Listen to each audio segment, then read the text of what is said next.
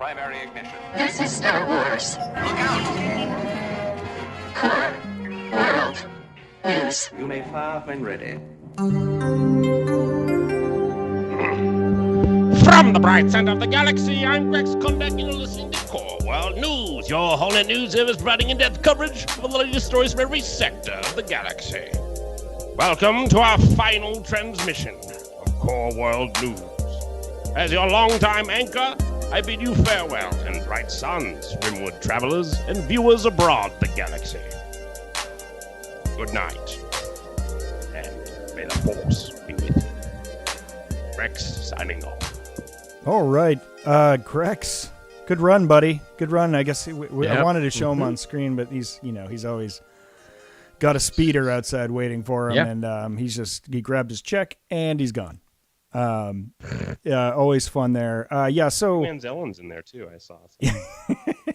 Who was in there? A couple Anzellans, I think. Droids. Yeah. I mean, we'll let the Holo tabloids follow him on his way. Yes, this is going to be the last episode branded as Core World News. Next week we will be back, but not from our transmitting asteroid.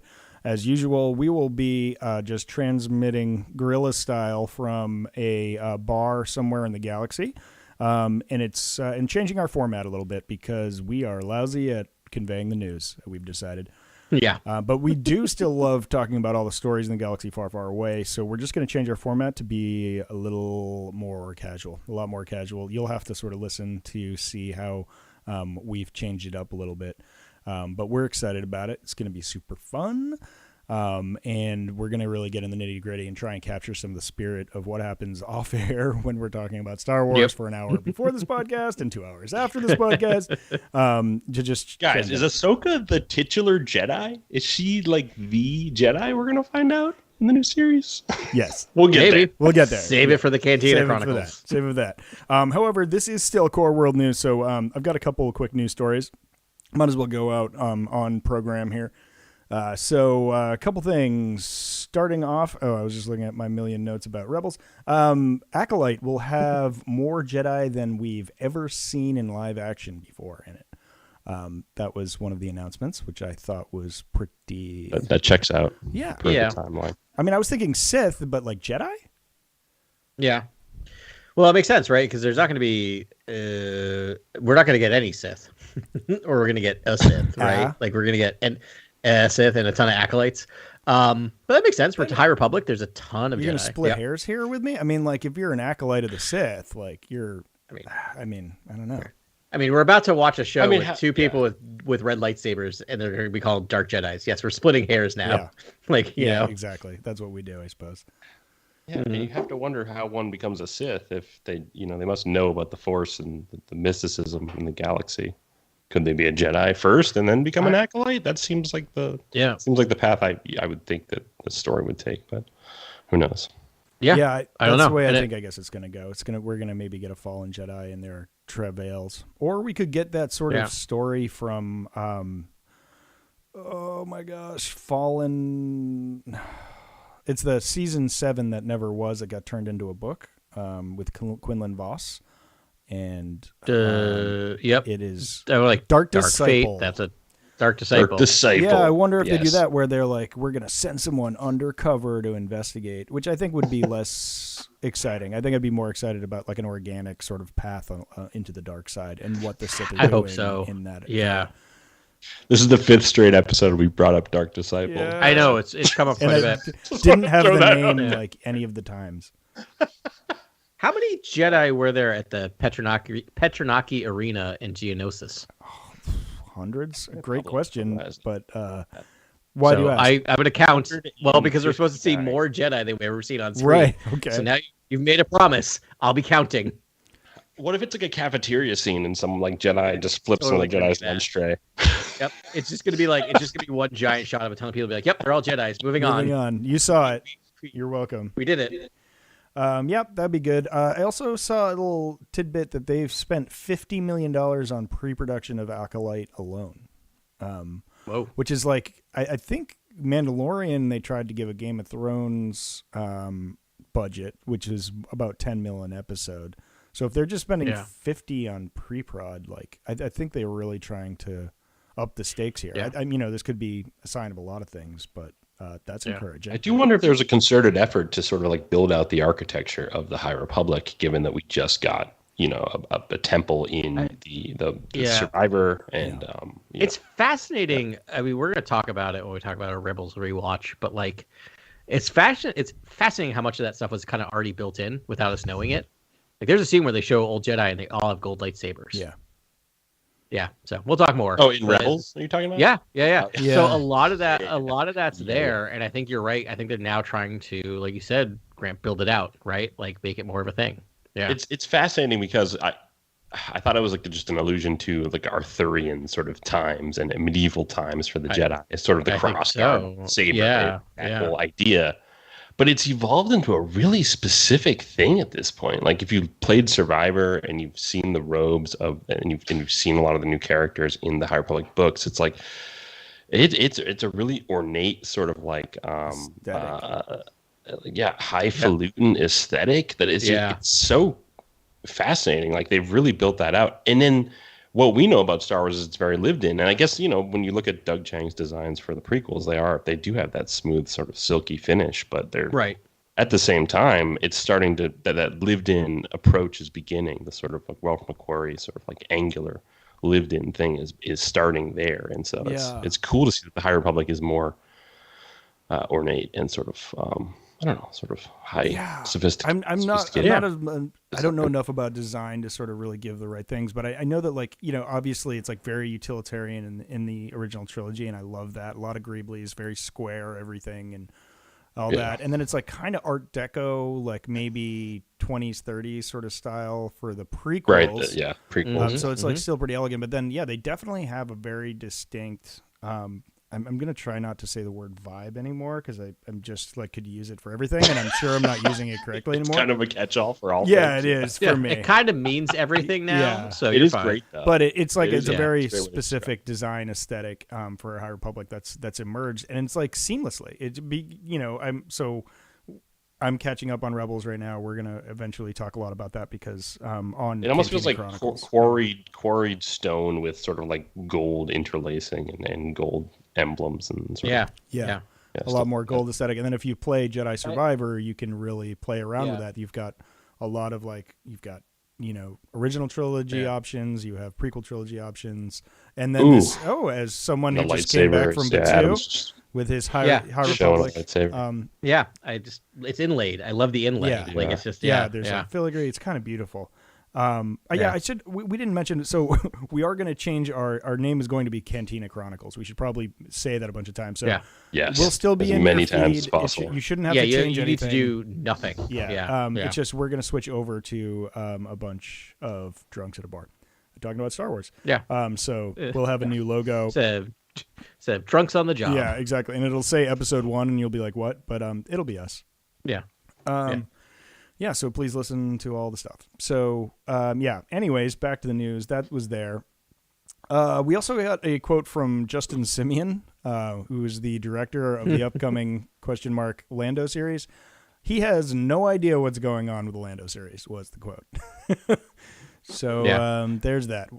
Right, that makes all of us, Justin. I kind of figured that's where it was at.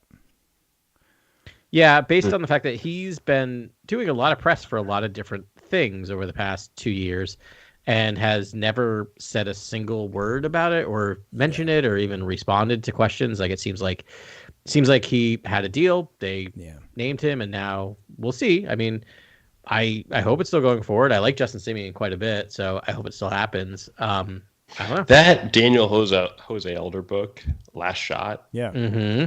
Oh, so good. That would be almost like just like the sort of Lando movie I could really, be enticing for someone like me. I loved that storyline. Yeah. Do you want me to be the bummer guy right now? No. So okay. Well, here I go anyway.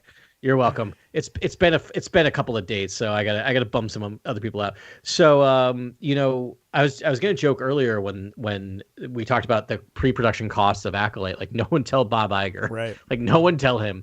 I mean, he's made it clear they're cutting back on Marvel and Star Wars. So if a show is not in production right now, It's gone.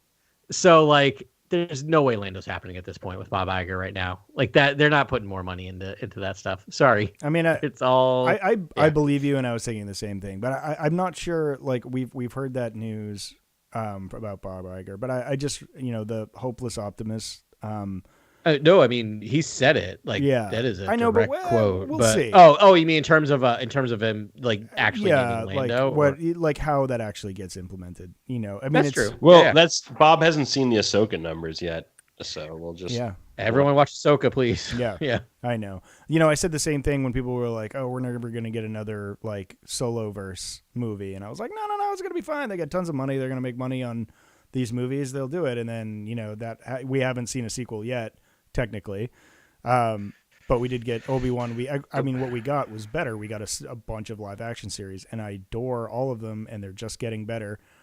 And they're spending this money. Andor was transformative. I mean, it was amazing. It's about to like sweep a bunch of awards, and as it should. It has a legit shot at winning Best Dramatic Series at the Emmys, which is wild. Obviously biased, but it's amazing. Oh, yeah. So I'm just saying. Yeah.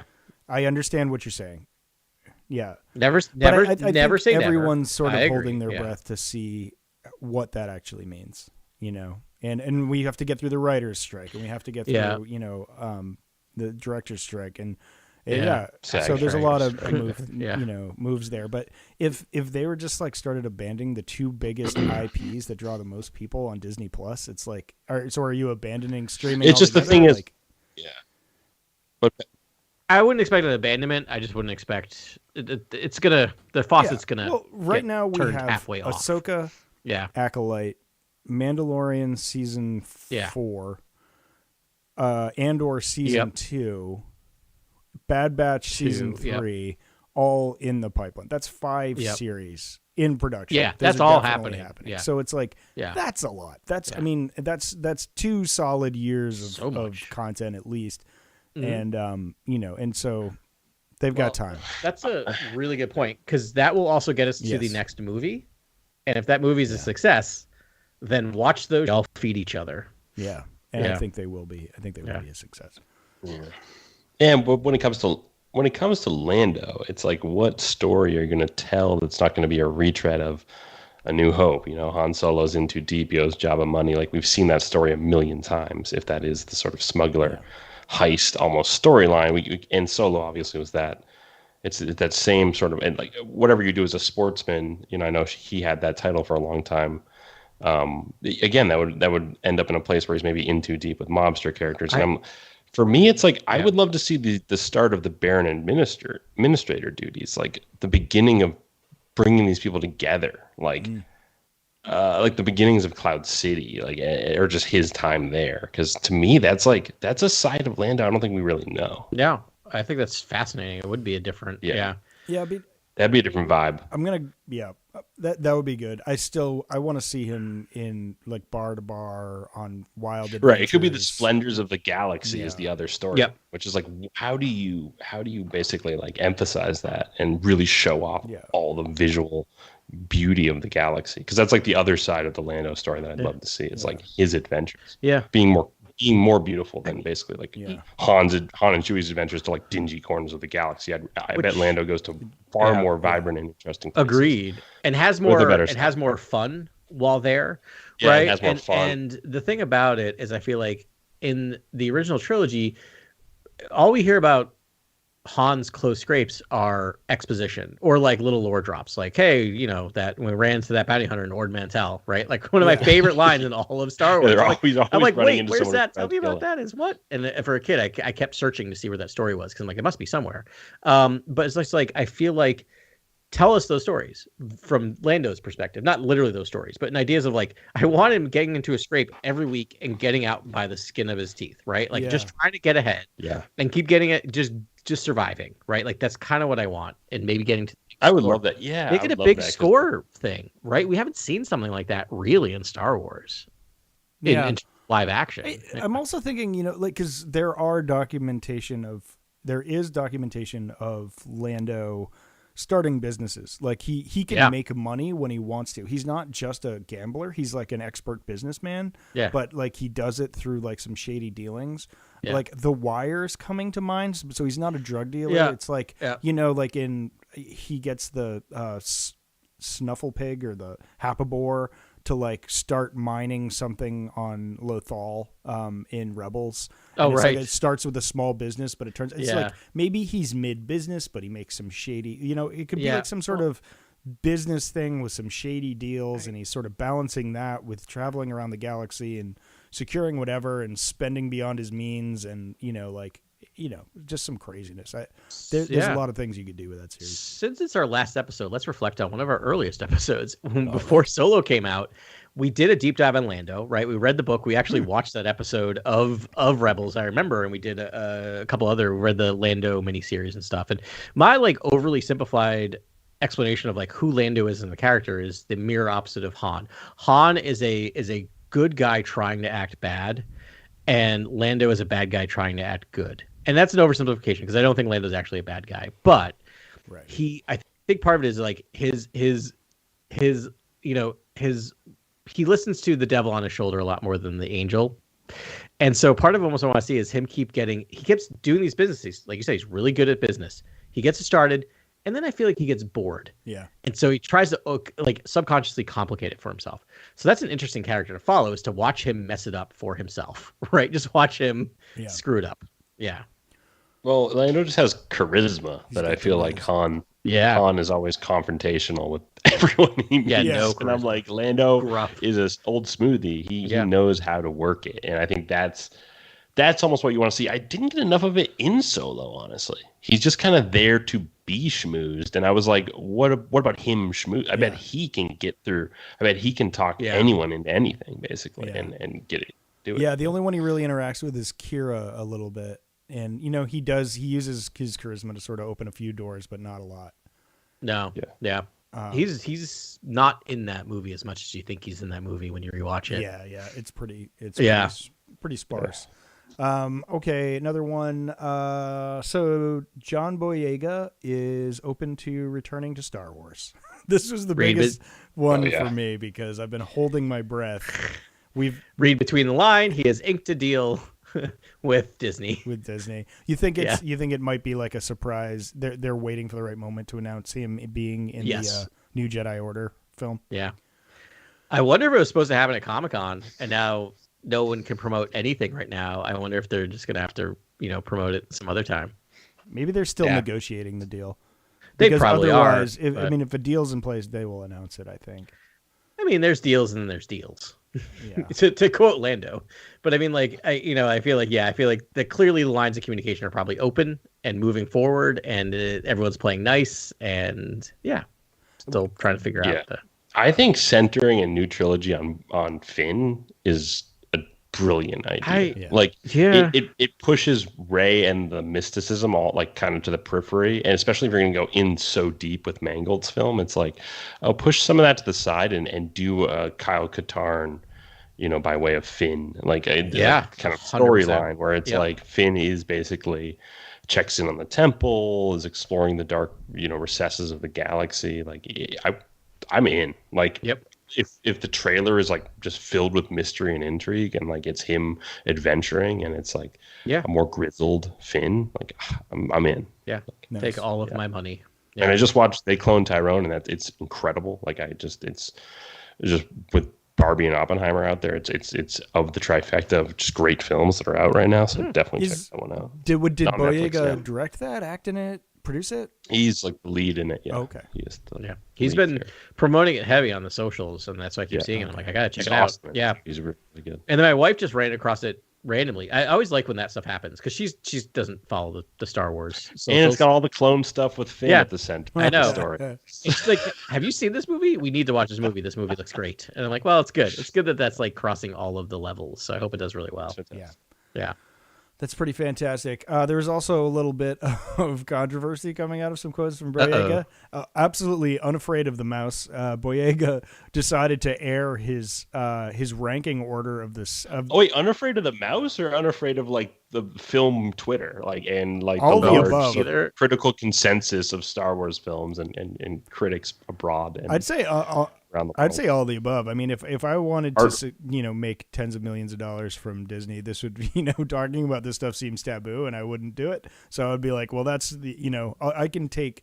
I'm sure he gets a bunch of rabble from people online all the time, anyways. But yes, you're right. Absolutely. You're going to get a lot of controversy. But he ranked his sequel preferences. And the first one was episode. He likes Force Awakens the best. His second favorite was The Rise of Skywalker. And his third favorite was The Last Jedi. Yeah. Yeah. By the way, on what merits? Who asked this question, and on what merits? Are we talking about here? In terms of his experience, his subjective experience, or what he thought of the films? You didn't want me to actually read the article, did you? No. Can I make a point about an actor's favorite movie that they were in? So if you look at the screen time that he is in those three movies, it happens to be in that exact same order. Yeah. So it may be that he had more to do, or self-centered. No, I don't think it's shallow or self-centered. I think you, as an actor, you're more invested and connected to the film the more you're acting on it, the more you're doing your craft, right? So I totally get that. And we had an offline conversation, which will probably not air out here, but maybe at a future Cantina Chronicles when we've been properly lubricated at the bar about the screen time in episode 8 versus some of the other episodes based on who those characters are and who they represent. And it's really fascinating when you start looking at those numbers and interesting to talk about. Yeah. That's vague enough, right? That sounds vague enough. That sounds that great. means nothing. Yeah. So, I mean, it's interesting. I think we have a new kind of refreshed point of view on all three films. I think we have. I think we've brought it to the center. Tackle each one in a new way because there's so much left on the table when we discuss these films, and a lot's just because it can turn to sort of a hot take face off that just sort of dissolves into madness, and it's like we'll do that on the new pod, and I feel like we'll be able to cover some new areas. Also 300 episodes, so we know each other and we're comfortable talking to each other, and also not disagreeing or agreeing, or it's not a competition when we have these conversations. And I don't want to deter anyone from disliking any of the films, because I think all three have great messages, and just each one has a really, really wonderful, chock full of wonderful stuff message. And a lot of issues. It's just when you care as much as we do, we got notes, as always. And so on that line, I mean, we're certainly not going to be talking about ourselves more. That's one thing that's like my pet peeve about podcasts that aren't hosted by stars or famous or professional comedians or something. But we are going to we will let a little bit more of our own personal feelings about Star Wars through the Star Wars lens come out. So with that in mind, we wanted to do a little segment here where we actually interviewed each other and talk to each other a little bit. So it's our chance to ask our compadres direct questions that we would like them to answer, knowing each other as well as we do, to maybe get some more info about the galaxy far, far away through our three respective lenses. Lensi. I'm not sure which the word is. I was thinking we'd go in alphabetical order by first name and start with Atum. All right. Grant, you down with that? Do you have a couple of questions? Yeah. Do you want me to? I have a general question to start off, or if you don't mind. Yeah, by all means. So intimidating. Cool. All right. So Adam, I just want to know. This is a little general one. I'm going to ask both of you this. So get ready. What was your first Star Wars experience that made you fall in love with Star Wars, and what happened? So. Oh, fascinating. So it's so funny because it's actually I have written some questions. I have a very similar question. I'll probably ask both of you. So we may get some redundancies. So I don't know. Star Wars is the thing that's always been in me. Does that make sense? I feel like I don't remember my first time seeing, but my first cognizant moment of Star Wars is kind of developmental for me, and I don't know why. And it revolves around, of all things, Return of the Jedi, even though it's my least favorite of the original trilogy. It's the one I watched the most because as a kid of the 80s, it's your perfect kid movie. And my memory is being at the mall, Cape Cod Mall, if anyone wants to take notes, in sometime in the early to mid 80s. and going Christmas shopping with my parents, or going shopping around Christmas time, and being at the Sears, which used to be the end of the mall. They've now extended the mall. And I don't remember exactly what happened, but all I know is I was old enough that my dad decided to just leave me in front of the televisions, the bank of televisions that used to show something, all showing Return of the Jedi. Yeah. And so that's the moment. And I mean, it's the 80s, so I don't know. Was I 3? Right. Who knows? Right? Like, who knows at that age what I was? But probably like 5 or 6 or 7. And I know I've seen them before then, but that was the big one. And I just remember the scene with Vader and Luke on the entryway of the AT-AT, and just showed me the lightsaber moment, and that was like, so good. I don't know why, but like that, like something about my father just like leaving me to watch something about a father and son, and it just was like imprinted in my brain. So that's my kind of first formative, most like the moment I realized that Star Wars was in me. Was at that moment. One, man. Yeah, that's really good. Yeah, Grant, you got a question for Adam? Okay, Adam. Let me take care.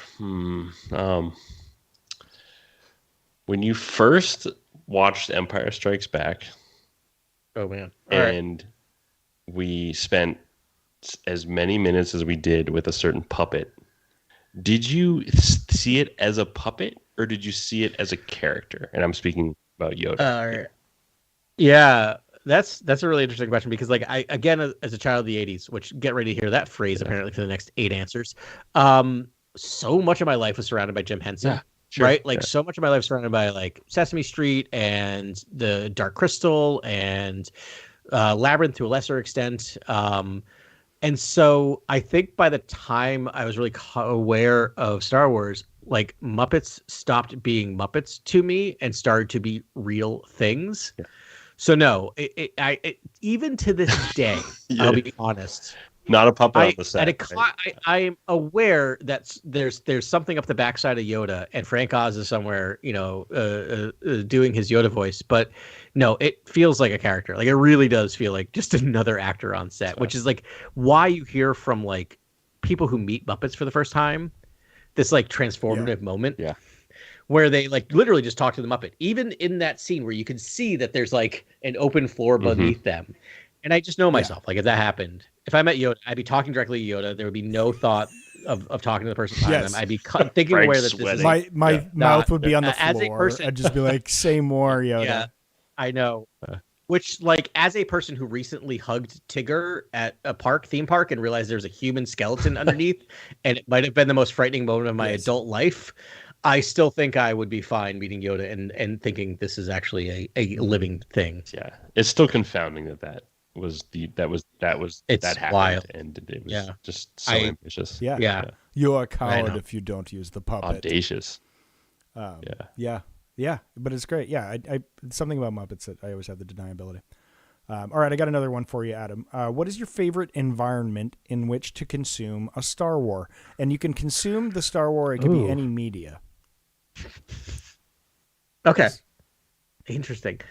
This is going to be real basic and boring. It's a dumb question, so go for it. No, it's not a dumb question at all.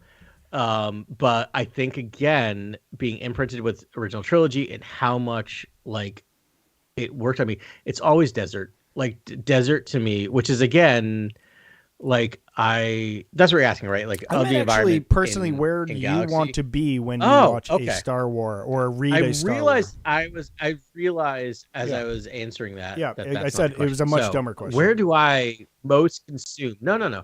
Where do I prefer to consume Star Wars? Yeah, so that's really interesting. I mean, the most I've ever watched is on my couch. What about watching like, dishes? I'm I feel like you consume a lot of Star Wars watching dishes. I do. I will say, I mean, as a parent of a, relatively new human living being, I do a lot of my watching via dishes, but never, I will make it clear, never my initial viewing of a Star Wars. That is always locked in on the couch. Additional viewings will be on I cannot. Yes. That is sacrilege to watch it while doing the dishes. I watch highfalutin foreign films when I'm on doing the dishes, but never a Star Wars. But I think it's always going to be a theater for me. Like I think it's transformative. I think, just thinking about seeing the fact that like the prequel trilogy or the sequel trilogy or the prequel trilogy, like I've seen everything in person first week. Yeah, it's got to be theaters for me, just that experience, and having recently started to go back to the theater a lot more, it's reawakening my love of just going to theater, see movies, and realizing that like that adds 2 points to any rating for my film, is seeing it in the theater. Nice. Yeah. Very cool. Got another one, Grant? Yeah. Well, we've covered the pillars of Star Wars many times on this podcast. Adam, I think it's time. I think it's time you tell us your favorite aspect or pillar of Star Wars, and I can list them. I can list the list right now if you need it. If you know it, then you can. I know most of them. I'm trying to think if anything pops in my head or if I'm going to need like the refresher to really get there. So, all of the pillars. Like swashbuckling, spirituality, mentors, good versus evil. Yeah. Nautical space combat. Yeah, so in my head I was like, for some reason swashbuckling kept coming up, but that's not it. I don't know why it keeps coming up. I think I just like that word. You invented that word. I think. Oh, that's why I like it. But I think at the end of the day, the one I was leaning towards as you were listing and before I was listening it's so basic again, but good versus evil, right? Like to me, that is the cornerstone of Star Wars. It's not necessarily as black as white as it sounds, but there is a clear, like, I come back to, I teach ethics and morals in my job quite a bit. And on my personal level, I often try to think about the teachings of the Force. I think it's very clear, and I think there is a clear moral goodness in what we learn through the Jedi. Everything can be corrupted, but I think it's very clear. I love that clearness, and I also love the fact that it's not like, oh, I think my favorite thing about Star Wars is, of course, the dark side's easier, right? Like being evil is so much easier than being good, right? But so I just love that idea. So I think that I come back around to that a lot. Really true. Not economics and trade. I'm surprised. I mean, as I get older, I am more and more enjoying the slower parts of Star Wars. So like we'll circle back around 10 years. Tell me more about trade route embargoes. Taxation, blockades. Yeah. Indeed. Okay. Yes. All right. I'm going to pump up the jam here a little bit. You have to build a new project centered around one actor not currently involved in a Star War. Who should it be? See, this is just the actor. Like, okay, you're going to build a movie, but maybe a franchise. Maybe it's 3 movies. I don't know. But it's like you got to hang your hat on one dude. Like Skeleton Crew is like, I don't know, Jude Law, then we'll figure it out. Yeah. No, it's a tough one to pull off the top. And I'm like, why can I only think of white dudes? This is bad. Like literally. So I know. I have been full disclosure watching Peaky Blinders, and so not Cillian Murphy, even though I love Cillian Murphy. He'd be too maybe if you made him a Sith, like if you went the dark side, I think. Ooh, am I talking myself into Cillian Murphy as the person I want to? No, he's too old. Too old to start the training. Too old to start the training. Cillian Murphy from like 20 years ago, 100%, but that's not how time works. Oh man. Oh man. And we know how many passes, and then my brain's stuck on Tom Hardy. I still want that. I'll go based on your reactions and the fact that it doesn't need to be your definitive answer. I'm putting you under the gun here, under the blaster. No, I love being under the gun. Those are 2 really good answers. I love this. Yeah, again, cheating because I was joking about the fact that we just finished the first season of Peaky Blinders, and they named the 2 other crime families, and one of those named Solomon, and I'm like, well, Tom Hardy famously plays a Jew in that show, which he's gotten lambasted for. So I'm like, I looked at my wife. I'm like, I'm guessing we're gonna see the Solomons come in at some point. Like it seems like they're kind of like foreshadowing that. So I also know that he probably is going to show up in the Stephen Knight movie. Tom Hardy's 100% going to be that. He would be the best villain for that new trilogy, for the Dawn of the Jedi. He's going to be. He'd be the best. Like Finn Stephen and Knight Rey loves fighting. him. He's in Taboo. He's in something. He's 100% going to show up. You remember Desan from the old Jedi Outcast games? Kyle, remember that dinosaur-looking guy? Tom Hardy would be great as a dinosaur. So Since that's amazing. Sorry. I'm gonna go back to Cillian Murphy, because Cillian Murphy does not get enough Isn't it work, Cillian Murphy, even though he's an Oppenheimer right now. Okay, it is. Okay. It is. I refuse. That is accurate. It is Cillian Murphy. I refuse. We just refuse to acknowledge how people actually. No, I just for some reason. It's so one of those you've things already where called him too old. I remember and now you're buying. gonna just intentionally mispronounce his name. Okay, got it. Yeah, but I'm giving him a Star Wars, so he should be grateful. Call you whatever I want. I love Tom Hardy there, man, and honestly, like obviously, like Tom Hardy's great. I think it'd be easy to cast him as a dark side. You could literally, or a dinosaur. Like he's so good, you can cast him as anything. That's why I think like a leading role would be kind of amazing. I mean, he'd be a great Han Solo. Yeah, right. He would be, yeah. I mean, he was so close to being Bond, which I don't know if would have worked for him, but I think he I mean, again, I'm not trying to be like, this poor. I think he needs to be a this poor white guy hasn't had enough opportunities, but like, I love that answer. Yeah, I love it. Yeah. All right, what do you got, Grant? Yeah. All right, thank you. Favorite directed scene in Star Wars, and name that director. Oh man. All right. That's a hard one because you really got to kind of think about the acting and just how the scene plays out and the vision. It's so hard. Just a single scene. It's really yeah. Okay. Attack of the Clones. And who is it, Adam? Who is it? So, oh man, I love George Lucas. There's some great scenes in it. Is it? No, it's not. No, no. Lucas is wonderful. Lucas is amazing. Right? He's not an actor's director. I mean, you could go with like Kasdan, and I just it's hard to look at those original trilogies because they're very of their era, right? So like I love them, but like it is the acting is of its time. I cannot go with any of the prequels. Wow. Sorry. So that leaves two directors for me. No, I mean you got. And so here's the thing. Wait, you've got Solo and you've got Rogue One. Oh, sorry, I forgot about those. So cut those out as well. Right. Also wonderful films.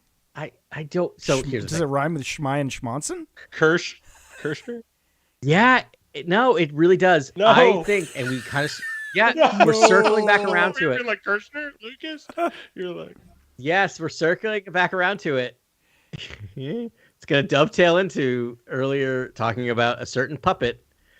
I think the Yoda scene in The Last Jedi is the best directed scene in all of Star Wars. Master Yoda. Yeah. Yeah. That line read? Okay. Yeah. Right. I'm more focused on the everything puppet. that happens I'm after more that focused is on the impact. puppet. But no, yeah. Sorry. Absolute So there you go. That's great. I love that. Grant has notes. That's so great. I mean, how Ben was listen, like, I walked out of the theater after seeing about, Last Jedi, and I was like, "Is this better than Empire Strikes Back?" Like, no joke. That was what I thought. You did. You told me that. I walked out going, I don't know how I feel about this film. I need to watch it 20 more times. Yeah, I said I needed to rewatch it immediately. Yeah. And it's like it is slipping. The more I watch that movie, it slips further down on my ranking. It's still on the upper half, but it slips down a little bit. But that scene to me is always perfect. It's impossible to put 11 films like in like I don't know, and they're always going to be changing. It's a big body of work. Yeah. Okay, you are a Jedi Knight, Adam. What era? What color crystal? What job? Oh wow. Era would probably be like between High Republic and Fall and the Twilight of the Jedi. Is that even a thing? But you know what I mean. Yeah, prequel era, Temple Guard, Yellow Crystal. Oh, I knew you already had one, so I gave you an easy one. Super boring. You're not leaving super boring, but you're hanging at the temple. I'm hanging at the library. That's what I do. I'm at a temple. Probably at the Coruscant. Probably the Temple Guard, working for Jocasta Nu. That's my job. But you get a yellow lightsaber. Maybe you get a cool mask. Pretty savvy with that double blade. Yeah, get a cool mask. It's all good. Yeah, I love it. You got another one, Grant? Let's see here. Well, yeah. What is your favorite location in Star Wars? Not where you want to watch it in the films. When we go there, you feel nostalgic for it. It's your the design. Yeah. the environment. So yeah, I kind of like, yeah. Look, I guess that's also because I'm like feel, tone, and aesthetic of Star Wars. Kind of like, where do you think Star Wars best sort of sings? I don't know. For me, I'll say, yeah. Could I get through an interview without mentioning Star Wars Galaxies, the old MMO? It's been a couple episodes since you mentioned it. It's been a couple episodes. So it's Mos Eisley. Like, Mos Eisley to me. I just watched New Hope the other night, and I was like, "Is this Star Wars? Is just Mos Eisley Star Wars?" It's super basic, but like you get a feel for it. How it's a hive of scum and villainy. Like he says that and like shows and tells, right? Like it's kind of perfect. And I just spent so much time hanging out there during. Yeah, I spent so much time hanging out there in that game because that's the place I wanted to be, and I was just a Wookiee bounty hunter taking my Wookiee, taking my bounties from such an iconic environment. That environment in particular is just super iconic. It's like 40 minutes into A New Hope. It's just like, I know, it's so cool. Yeah, because you're really through the eyes of a couple of droids. You see a space battle. You see a weird farmer on a moisture thing, and then it's like, and then you answer the call, and like that's your shatter point. That's your launch pad into the rest of the galaxy, and you're like, oh, now I understand where I am. Now, was the ships leaving? Is that in the original footage, or is that remastered? Like the ships leaving in that the establishing shot. You know what I'm talking about? The Falcon. No, when the establishing shot of Mos Eisley, when Obi-Wan's standing over the cliff, it's like you see the ships taking off, and I'm like, was that in the original? I don't think so. Because it looks so sleek. Like I just wonder. I don't think there was any movement because I remember it is just static. You can barely tell that it is like it is even. Yeah, they probably had barely enough time to build that model, let alone do any sort painted. of. It might just that might have been even a matte. It might have matte. It's probably a matte painting, a very basic whatever. And I was also great. Don't forget, Old Man Adam and Ben. We were watching that on tube televisions with like, what was it, like 320? Yeah, I was there. Who knows what we're looking at. That's true. You got the tail end of that. Yeah. Why do the 1990s look like the 1970s or 80s or 60s? I mean, when you look at it now, I see pictures. I'm like, I didn't think it was that bad. Yeah, I watched a little film called Tiptoes the other day, and I was like, "Ooh, 90s." Tiptoes right away. That takeaway is the 90s. Yeah. Definitely watch Tiptoes if you haven't, by the way. All right, and then this one. So my last one I knew was going to be quick because I already knew your answer to that one because we just hung out for a weekend making lightsabers. Yeah. But this one is a long one. All right, so using our pillars, you've already been thinking about pillars, thanks to Grant. Mm-hmm. Build me the ideal ensemble of character types. So I don't need to know like their whole life story, but just like what are the types of characters you want in your like ideal Star Wars ensemble?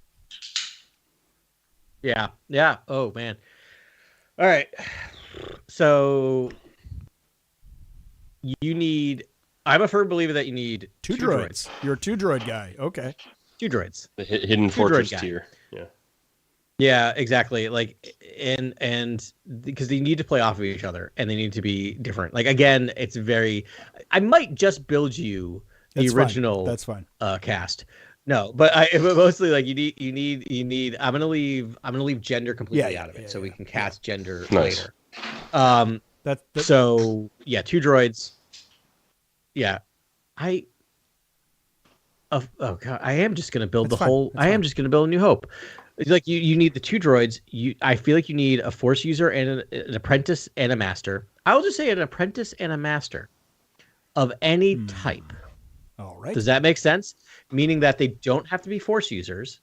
Because like we got it in Solo a little bit. Like we got Tobias Beckett and Solo, right? Like to me that works. So you need, if we're going to take the Force out of it, because I do firmly believe you can make a really solid Star Wars movie without a Force user in your ensemble. I thought Snoke was not going to be a Force user for the longest time.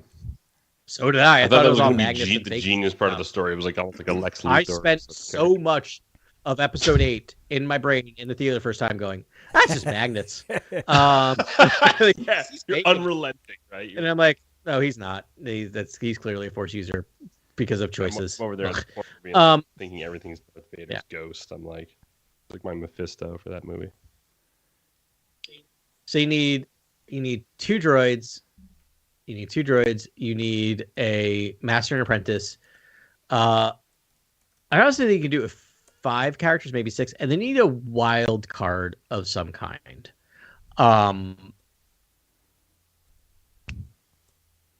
Because I'm trying to be like, I don't know how specific or vague you want me to be. 2 droids.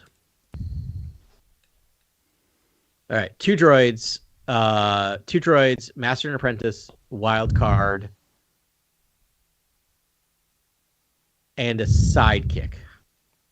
So I think you need like 6, and at least, in my opinion, at least 2 out of those 6 characters need to be aliens. Okay. That's just because that's not happening of yet. As of now. No, not really. Not quite, but that's my perfect. We talked about perfect, and I have yet to see my perfect. Like, I mean, again, I just want to say, like, I was really going to say, like, just the New Hope, but we got to move beyond that. But that's kind of close to what I did, if you think about it's it. Still like, general. It's there's a lot of room for moving sideways, and I think I think Greedo is a super fun character. Yeah. And when you go back and watch that execution of that sort of alien character and just the sound design and his voice, it's so cool. Like it's great because it's basically a Western sort of stand-in moment, and it's like, but this time it's with an alien, and it feels so iconic. And I really do think that's what really made Star Wars, is the Greedo in the booth with Han, and like that alien and live action character, and for the first time just blending so well. It's incredible. Grant, that's a really interesting point, because now I'm trying to it's so hard, and part of what I was talking about at the beginning, my first answer is I don't remember intaking Star Wars linearly, right? So it's hard for me sometimes to remember this happened, then this happened, then that happened. But you're right, that is the first. Is Greedo the first alien, the first real alien with lines super well executed? That you're actually interacting with, right? Well, because Chewbacca here has a spacecraft that might fit Chewbacca, but you just see he growls for a second and walks away, right? But actual human alien, actual dialogue. Ponda Baba and Dr. Evazan, I think happens. I think that happens. Is that before? Yeah. Okay. Then there you go. That's strong key. Because that scene is so strong, because it's Han selling them on the Falcon, Imperial's checking out the bar, and then straight to the Greedo scene. And I'm like, that's just so much character development in such a short amount of time, and it's just fun. It's hard not to argue back to when I said what's the best directed scene. It might be the bar, the cantina scene in Star Wars, right? It's A New Hope. It is just whatever happened. On those days, that was magic. It's just hard for me, because as a kid, I still remember the werewolf mask. That's still in there. I still think that's the best. Even as a kid, I'm I think that's the best cantina stuff because of how willing they are to keep it dark and really cast shadows effects, on quick cuts. Masks. Everyone gets a second. Yeah. And release a book where every single character gets a story. I still love the Tales from the Mos Eisley Cantina is one of the best books of all time. Literally everyone has a story from that bar. That's wild. I love your ensemble, Adam. I'm inspired. Thank you. I am. It's a little whatever, right. but Grant, thanks. you got a last one for Adam? Let's look at my list here. Adam, if you could have one ship in the Star Wars galaxy, what would it be? Way to end on just the super basic whatever. I guess this is your ship to pilot. This isn't X-wing or Starfighter. This is you can have anything you want. I mean, I mean, having done it in real life, I gotta go Millennium Falcon, man. I wish I was more complex than that. I'm I want to be all classy and be I want a Y-wing, or I want I want the Millennium Falcon. I've always wanted the Millennium Falcon. If I win the lottery, I'm building myself a Millennium Falcon. Okay. I want a Star Destroyer. Yeah. Crewed by really? Wow. Yeah. Man, I want the whole Star Destroyer. I still. I kind of want the Ebon Hawk or something. The Ebon Hawk's great. Like, there's a lot of good stuff, but like, I don't know. Like, we went to Galaxy's Edge, and I know it's a real, not a great approximation, but when you having to get to sit down at the chess table and then go into the thing like that, or the fire spray, the Boba ship, like there's a lot of weird things. Actually, mine would be the Sith Infiltrator, which is Maul's. Oh, is that Maul's? From, the prequels. Yeah, that thing's pretty sweet. That thing is. But I want a ship because, again, I mean, actually, you want to know what? Fine. You want my actual answer? Your actual third answer is actually the ship I built or owned in Star Wars Galaxies that I made you all watch. That's right. Watch a walk. We did the walkthrough of that. I did a tour of it. But that's the reason why is like I want the Millennium Falcon because I love the idea of flying. But my favorite thing is like shoot this thing into space. Yeah, there's no one out there. I'm not near anyone, and I have my own hangout space with chess. Yeah. That's all I've ever wanted. There you go. That was awesome, man. I feel like we all got to know Adam a little better there. That was fun. Thank you. Grant, would you like to go next? This is I don't have to be next. Do you want to answer some questions? Sure. All right, great. I'll fire the first question off at Grant. You should know this is coming. What was your first Star Wars experience that made you like Star Wars, and what happened? Well, I watched Empire Strikes Back first, and it was the re-releases in the 90s, and it was on VHS, and I basically watched Empire and the Hoth sequence like over and over and over again.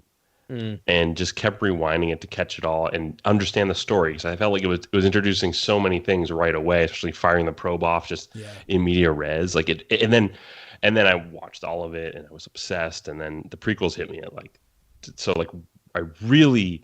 Star Wars really hit for me when I was like 10 or 11, and like I saw the Phantom Menace trailer and I was like, let's go. Or I was probably like 8 or 9 probably, and I was like, that was the perfect demo for that. So it was just like. That worked on me, and I wasn't old enough to really look at it with a sort of critical eye. I kind of just loved what George was dishing. Like I just adored it, and like Attack of the Clones was like built for kids. I feel like it was just like so much just high octane excitement and action for just the sake of it. Like the Jedi are just using a clone army for the sake of it because you don't even question it. You're like, of course they rally the clones and all the Jedi come. Like of course, and like.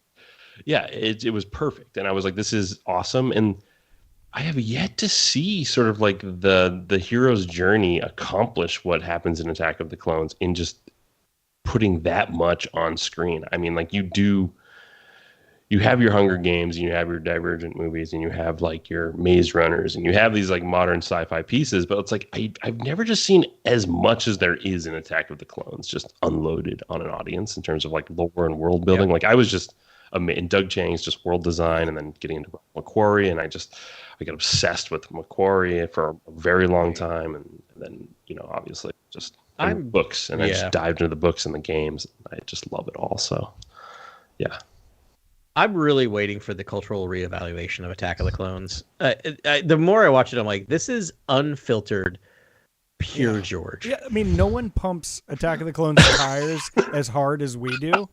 But like you just gave the best like defense of Attack of the Clones I've ever heard. You made me love it more. You're exactly right. Like of course a kid it's maximalist. It's maximalist Star Wars. It is. Yeah. And I to kind of bring it back to Ben, your statement of like when you watched The Last Jedi, right? When I remember seeing Attack of the Clones midnight at the Wellfleet Cinemas, which was like a 100-seater. And going there at midnight, my friend just like emailed or called me at like 11 o'clock saying, I have an extra ticket. Do you want to go see us? I had my 8 a.m. tickets already bought the next morning. I said, sure, let's do it.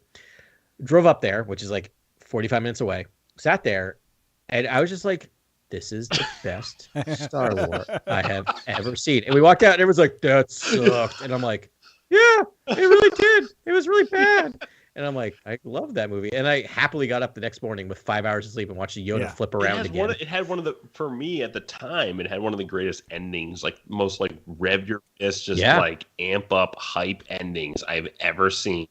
Ever in a giant franchise movie. And then I look back at it now and I'm like, oh, it's just a CG nightmare. But it's but it's still just indelible. Just beautiful.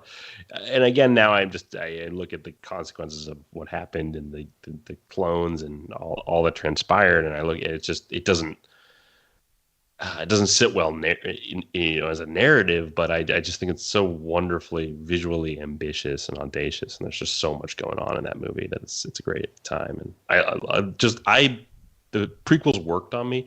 I still, when I was a kid, I didn't understand the logic of not bringing Shmi to, like, not saving Shmi. I never understood why Qui-Gon didn't. Even as a kid, I was like, why not? No. Confused by that and like heartbroken. I was like, what? Like, you can't bring his mom? Those are the rules, man. Those are the Jedi rules. Dude. No one brings their mom to the Jedi Academy. I guess, or just free his mom, I guess. So here's like the one maybe like mind cheat you can do with that, which I've done, is that like he can't bring Shmi because you can't have attachments. But I think Qui-Gon's a good dude and hates slavery. And maybe his plan was like, once we figure this out, I'm going to go back secretly and free her. You get that just sense in the film, I would say. Right? You can read that. Right? There's almost like a connection. But unfortunately, he got stabbed with a double lightsaber. He was going to go back. Yeah. And then Obi-Wan just didn't care. I don't know. Anyway, Obi-Wan's flawed. Obi-Wan wants to leave the kid in the dirt. I mean, he's also my favorite Jedi. But boy, is the Phantom Menace where Obi-Wan's like, really? We're like picking up more pathetic life form. Another pathetic life form. He just flicks him off the ship, and he's like, "Whoopsie daisy." Yeah. Good luck with Maul. Yep. Okay, Adam, do you have a question for Grant? Sure, I do. I'm gonna call an audible because my first question is very similar. So I'm gonna shift to my second one. So as a writer, what is of all the films, the most significant line in all of Star Wars? One line. Grant has 20 in his head right now. Obi-Wan taught you well, young Skywalker, but you're not a Jedi yet. That line is like, still like to this day, it's just I always think about it. And I think that's the thing I love about Star Wars, is the saber fighting and the dialogue in the sword fight. And I just that Vader stuff is just, and James Earl Jones is still like my favorite voice in Star Wars, and I love Frank Oz. Yeah, and I love everyone involved in Star Wars, but I don't know. There's the idea of Vader, the scuba mask, the breathing, the everything about it, like just being this, henchman for the Emperor and having this tragic past. I don't know. There's so much in that character that it's just all unpacking. Yeah. That character is just like, every time you see that character, you're just unpacking what it means. It's like a projection of your worst fears. It's like, I don't know. There's so much going on with that character, and I think it's just a brilliant design. So that line, nice.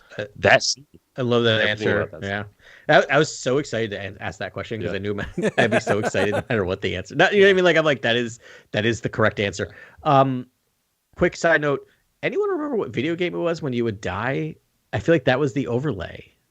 That was one of the overlays they would sometimes say. Yeah, I think it might have been the one you sit in. Or it's the right at the actual I think you're right. It was the one, because I remember playing at Dave & Buster's a lot, spending a lot of money. That's totally what it was. Thank you. All right, Ben, your question. All right, Grant, you've been captured by a Sith Lord in the world between worlds. You can have anyone from any era come save you. Who would you like it to be? I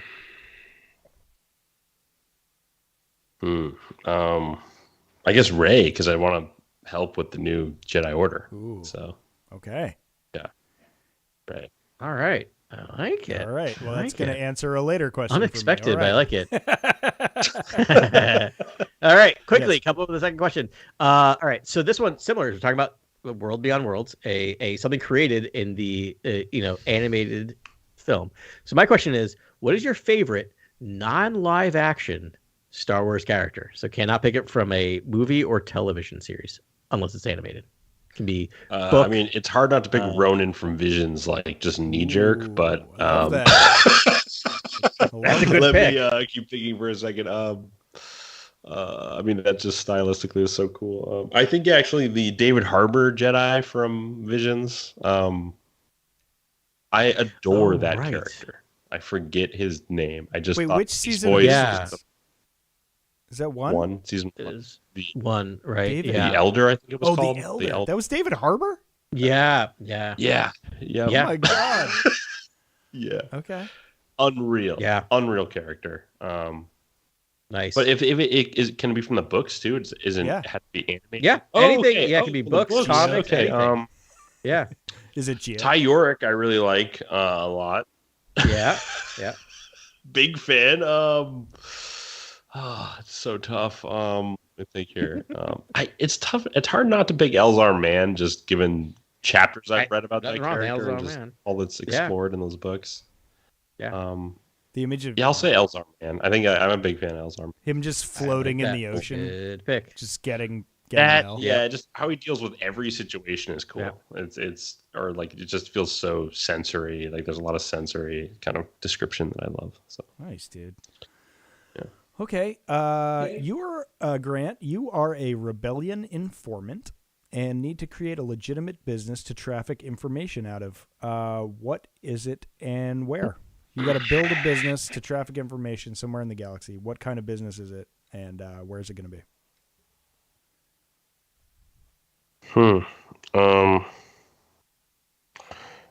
I guess I would do like a game and hobby store and do like Dejarik. It would be like Luth and Rail's artifact shop, but it would be all the sort of Dejarik pieces and Sabak cards and just everything, every type of game you can buy, like Magic, you can like whatever in Galaxy Magic kits are out there. Like, it would just have all this. I would be a magician, like instead of a shapeshifter chameleon. I would just kind of use my whatever tools. Gadgets in there. I love that. It's sort of poetic too, because it's sort of like, oh yeah, you want to go see the game master. Yeah. Game master. Oh, that's interesting, dude. I love that. Yeah. Not what I was expecting. Great answer. Nice. Yeah, I don't know. Yeah. Well, it's a low. I got to keep a low profile, and I got to keep a whisper network open in the back. Yeah. It's like, I don't know. Like, what else you can do? Yeah. Cool. Adam, you got one? Love it. All right. So I have a question about collectibles, but I'm going to personalize it to each of you. So, Ben, you can start trying to anticipate and think ahead. Grant.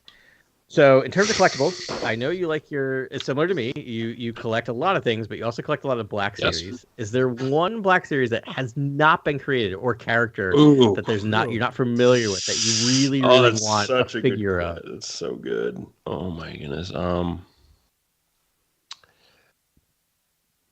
Definitely is. Obviously it's Porter Engle, the Blade of Bardata. Like the fact that Black Series figure is the only like Jedi figure I would buy, probably like that in Ty Yorick if they ever put her out. But if they make more High Republic like white boxes or like gold trim, like if they did a white like Black Series sort of thing that's like the special High Republic packaging, that would be so cool. And like do a bunch of Jedi from that. That would be really good. Maybe we get that after Phase 3. There is going to be an art of or a character book that's coming out. I saw for High Republic, and it's for all 3 phases. Yeah, there's like an encyclopedia. Yeah, which would be so handy. Yeah. But it's so nice to know. Yeah, because they've done. It's so nice to know that we're going to have a complete thing at some point, and then maybe they can start. Really categorizing, and we can see all these characters. It makes it so much easier to read, honestly. As far as troopers go, I would love a trooper that's like a death trooper, or that like you can take the helmet off and see all the cybernetics that are kind of like infused with the human. Like I think that's missing from Star Wars, and I'd love to see more of that. Is those kind of like spec ops. I collect a lot of the like troopers mainly for the Macquarie sort of designs, because I love the designs that they pull with that'd be wild if their masks. faces like they don't have mouths, they just have like speakers like where their mouths are, like they're totally we get a lot of imagery of that. I think in a few books, and even like the Alphabet Squadron books, we hear about like those prison camps where like there are these rehabilitated like cyborgs, basically like Imperial cyborgs and stuff. I was like, well, we see like the decraniated people, right? And like, so here's the thing, not to bash on the sequel trilogies, which we're not, but like one thing that is, I think, really, really missing is body horror. There's not enough. There's a lot of body horror in the original trilogy that we forget about. Luke losing his hand, and that scene of like watching his cybernaut, his like fake hand getting like tested in Empire Strikes Back, is to me is like scarring as a child. Still remembering seeing that and like seeing like his like it's like from the Terminator. It's the same scene from the Terminator, almost like watching his like hands and servos and like losing arms and losing hands and like stuff. So more body. The Dianoga sequence is like kind of horrifying and like constricting tendrils around your limbs and Luke being drowned. Yeah. Cool, man. That was a great one, Adam. All right. This is, I guess, going to be a quick one. Grant, if you could write/direct one of the upcoming 3 films, which one would it be? Oh, wow. That's a little bit of a pretentious question to answer. Okay. I mean, I'm asking you. You just got to answer it. That's fine. Yeah. You're not offering us up information. You've just been told this is the question you must answer. Of the 3 films. What's the other? What's the third film? The Mandoverse film. Mandoverse, Jedi, and New Jedi Order. That's like Dave Filoni's hallowed like territory. I cannot.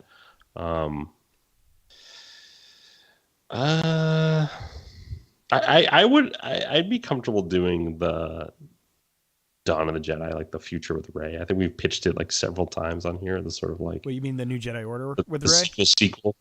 Oh yeah. Sorry, the New Jedi Order with Rey. Yeah, I would love that because I think you can basically like salvage like all that people were critical about with the sequel trilogy. I think there's a way to sort of just completely reverse that tide and make something incredible with like a new story with Rey and Finn. I think there's something really fun.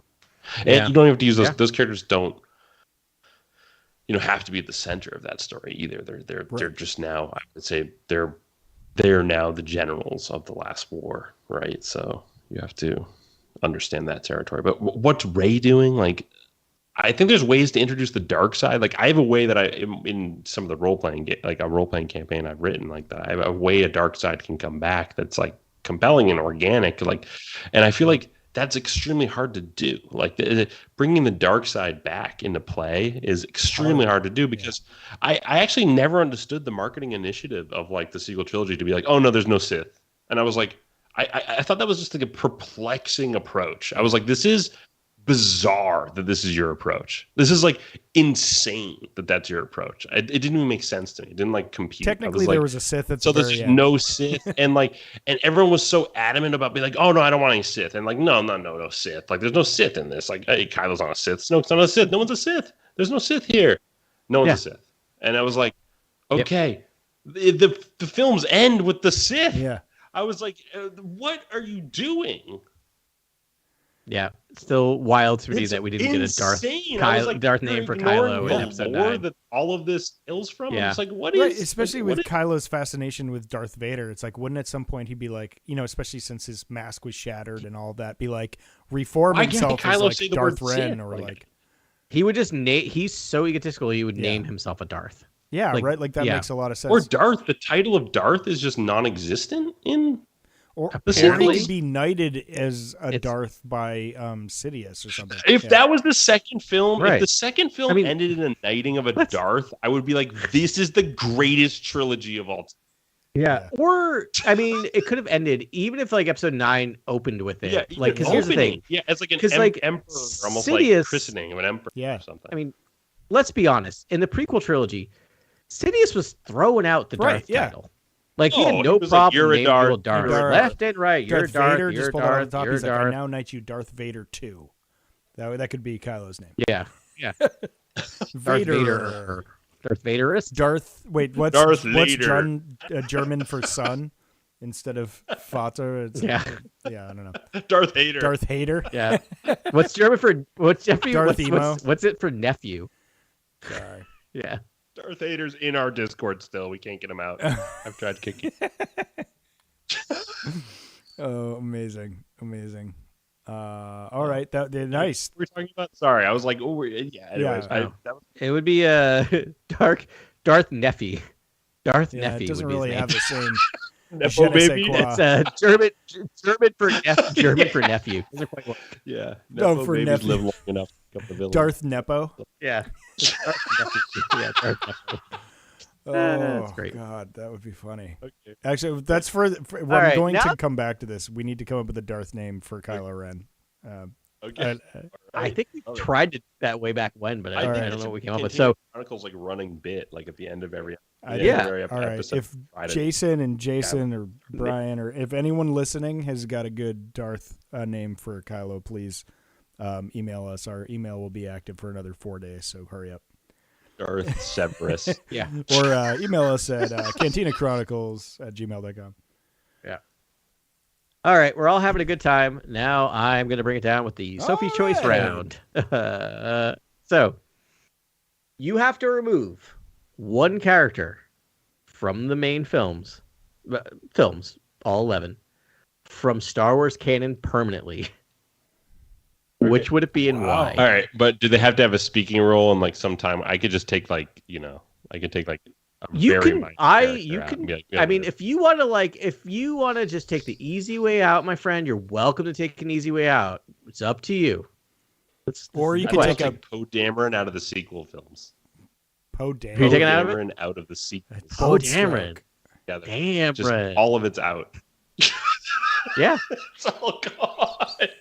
And in there is injected a ton of Finn and Rey development. Like it rivals the Kylo and Rey development. Yeah. That's so I'll grant you could give him as the person who's making up this whole thing. I'll allow it that you can give him his original ending. That he's in it for like a little bit and then gets eaten by the sand and dies. Yeah, I'll do the TFA original script or whatever that was. Yeah, I'll leave that script the I'll let you do that. There you go. All right. I like it. And there's some fine tuning after that. There's a lot of fine tuning after that. And Holdo still like is there and all that stuff. And you can do that a different way, I think. I mean, I don't want like the films kind of stay the way they are, or the second that I take the person out of.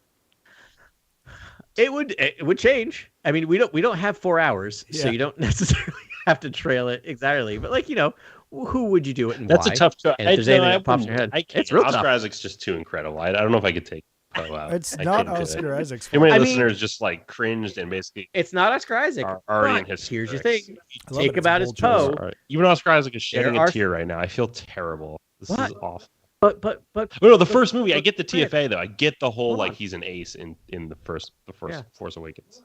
But hold on, Grant. There's a whole future of Star Wars that now he can act in, playing a different character. He comes back in the movies as like a new alien character. Yeah. He could be someone else. Oh, he's an incredible actor.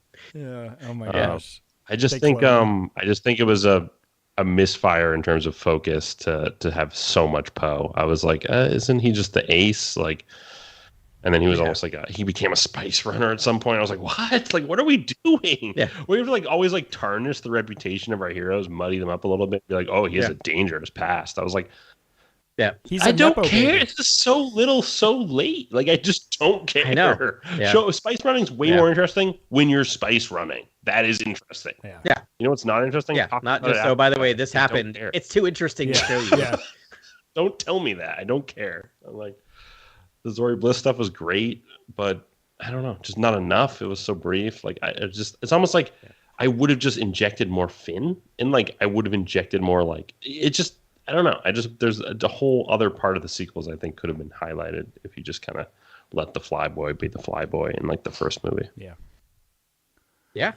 Okay. All right. I've got another one. I'm dying to know what your answer for that. By the way, I'm dying to know. And if you guys are going to be as audacious, I didn't give it any thought. Yeah. I hope it's a big character. There's so many of these. I'm glad I don't have to answer them. I mean, you might. I have not necessarily created. Wait for it, Ben. Yeah. Okay, I got one more for you. Okay, Grant. You have a new Star Wars film that you are pitching to Lucasfilm. Another Star Wars. Yeah. Film. Okay. But this is a new one. What genre will you reference to pitch the film?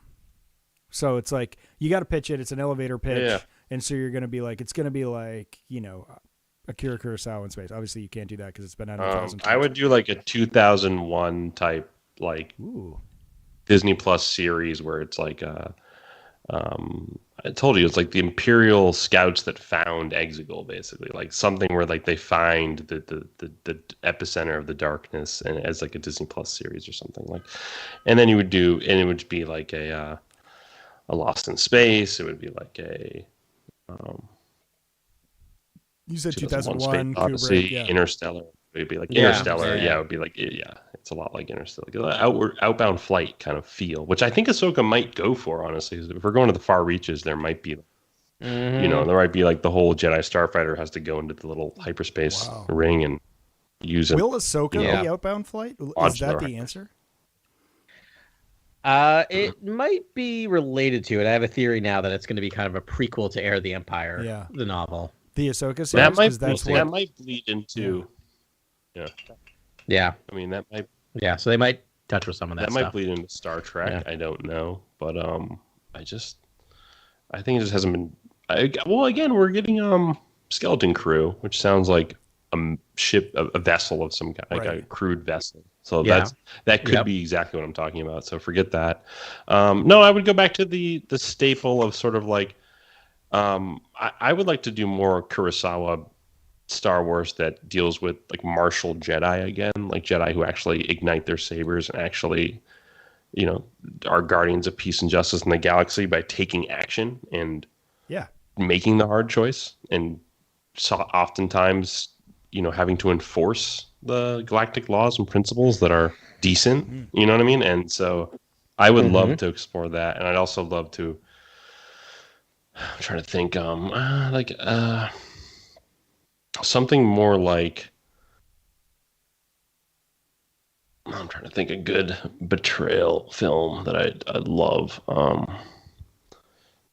trying to think, something like The Conversation or The French Connection, where it's just like, or Tinker Tailor Soldier Spy within the Jedi, almost like something wherein like there's one Jedi who's a bad actor, and it's like, who is that bad actor? You know what I mean? Like that is so cool to me. Like, and that's again, I've pitched my script on this podcast many times, but it's like it's a lot about a sort of like one against the many, a sort of zealot. Idealist. We haven't seen that, right? Like that is new for Star Wars. I'd love to see that. Almost like bordering on like a fascistic Jedi, and sort of why are they that way? Maybe they are. Maybe they've been fighting the darkness for so long that it's sort of contorted them, and you know what I mean. Like, and I seeped into them in a way, and sort of like, but and then their mission is just all the more sort of like, I would say, dogmatic. It's like they're only focused on that singular goal. Yeah. Like I would love to see a Jedi that's sort of been a nice fall story that we haven't really gotten before. I would love it. Again, that's almost like that's almost like a martial arts epic too, though. That's almost like Crouching Tiger, where it's like one character. There's almost like a descent, and there's even like a character from the past that has sort of also fallen, and like I like that sort of stuff. Yeah. That's great, man. Awesome. You got one more for him, Adam? Yes. Okay. So similar. Making hard choices here. You have to recast one of the main actors in any of the Star Wars movies. Who do you recast? This. I've always wanted to do a Star Wars recast podcast, and I've always wanted to do a Star Wars language of Star Wars podcast. Who do I recast? Let me think here. Who would be a great fit in Star Wars? And I can do any of the films at any time period. Yeah, okay. Any of the films at any time period. It's a little tough because there's so many fun actors you could throw in there. Choose from. But everyone's so good in Star Wars. Like, what do you do? I know. This is why it's considered the Sophie Choice round. No shade on who you recast, right? No shade. Yeah, this is tough because no judgment here. This is a really hard question because I'm basically taking away another. I'm destroying another actor's career here. This is awful. I feel terrible. Yeah, it's all theoretical. It might be more about. Think of it this way: it's more about who you'd like to see their version of that character, which has nothing to say about the version of the character that was presented on film. That you'd be fascinated to see what they would do with that role. Think of it that way. Yeah, I would. This is really hard. I mean, this is very, very difficult. Sorry.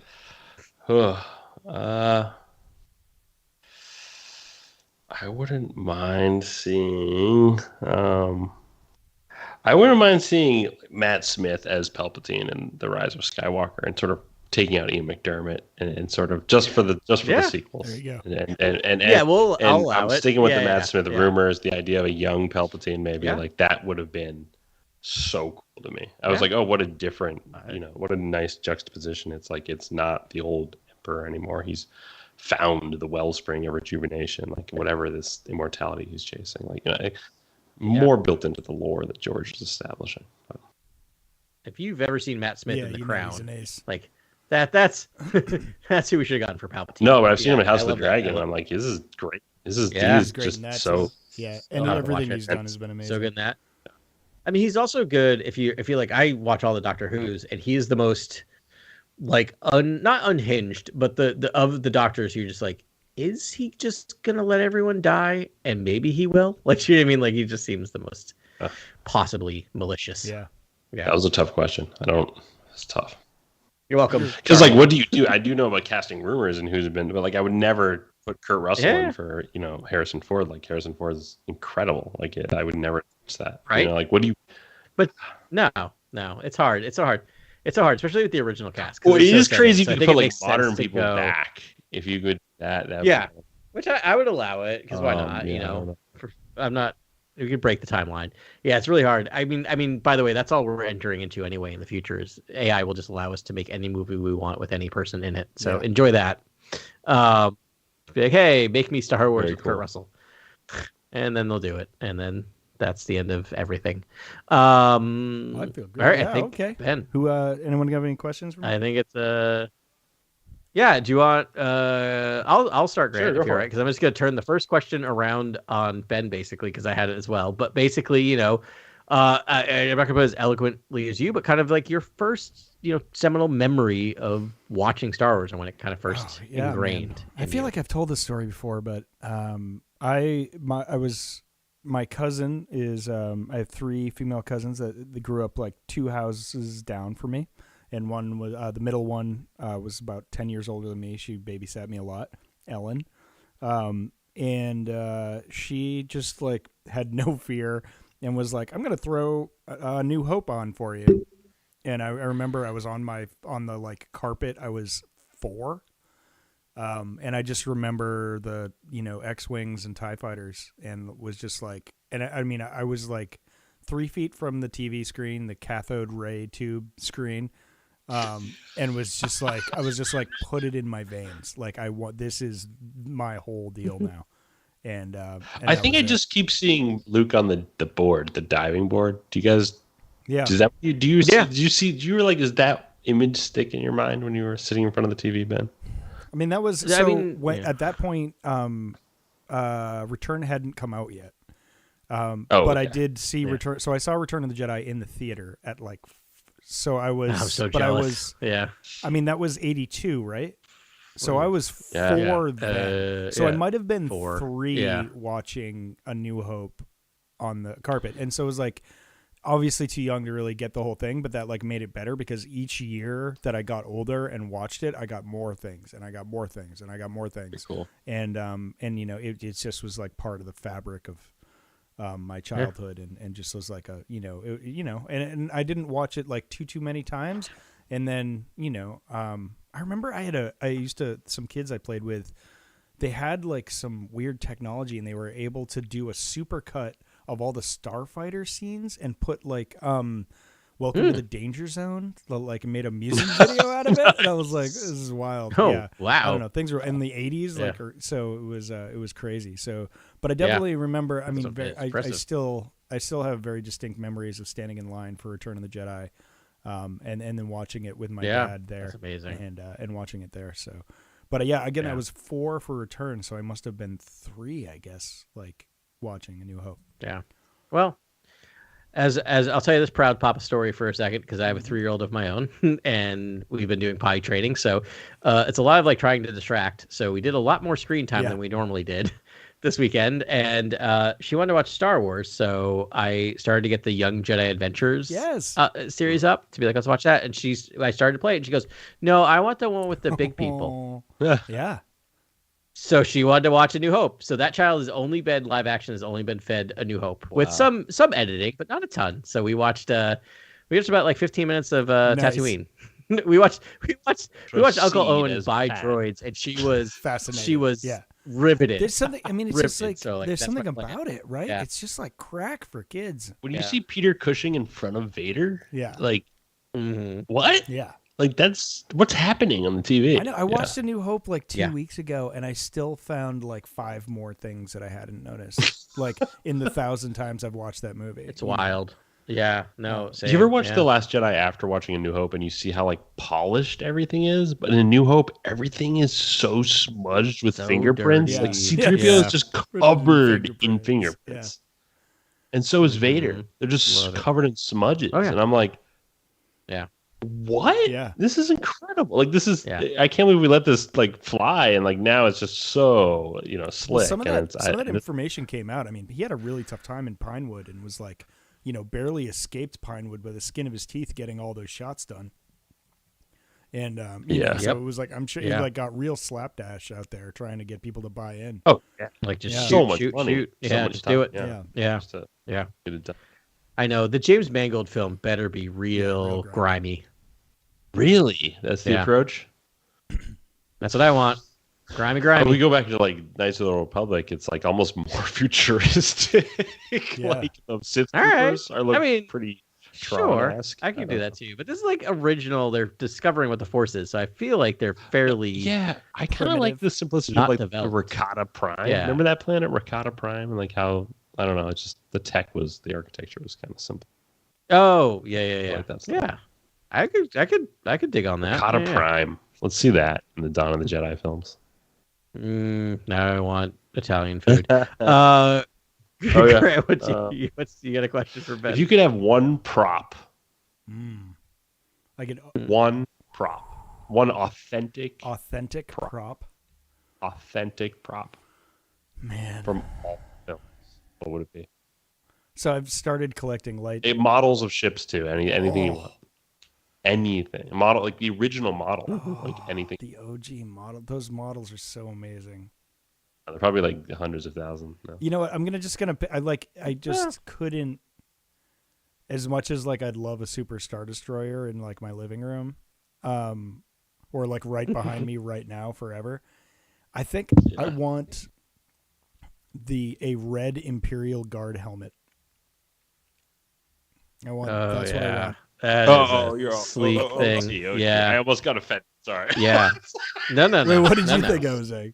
I thought you meant Praetorian. No, he thought you were saying Praetorian. The Praetorians. No. Wait, are we talking Mando Praetorians? No. No. Red Imperial Guard. Red Imperial Guard, like the original ones. Really? I don't know why. There's something bewitching about those helmets to me.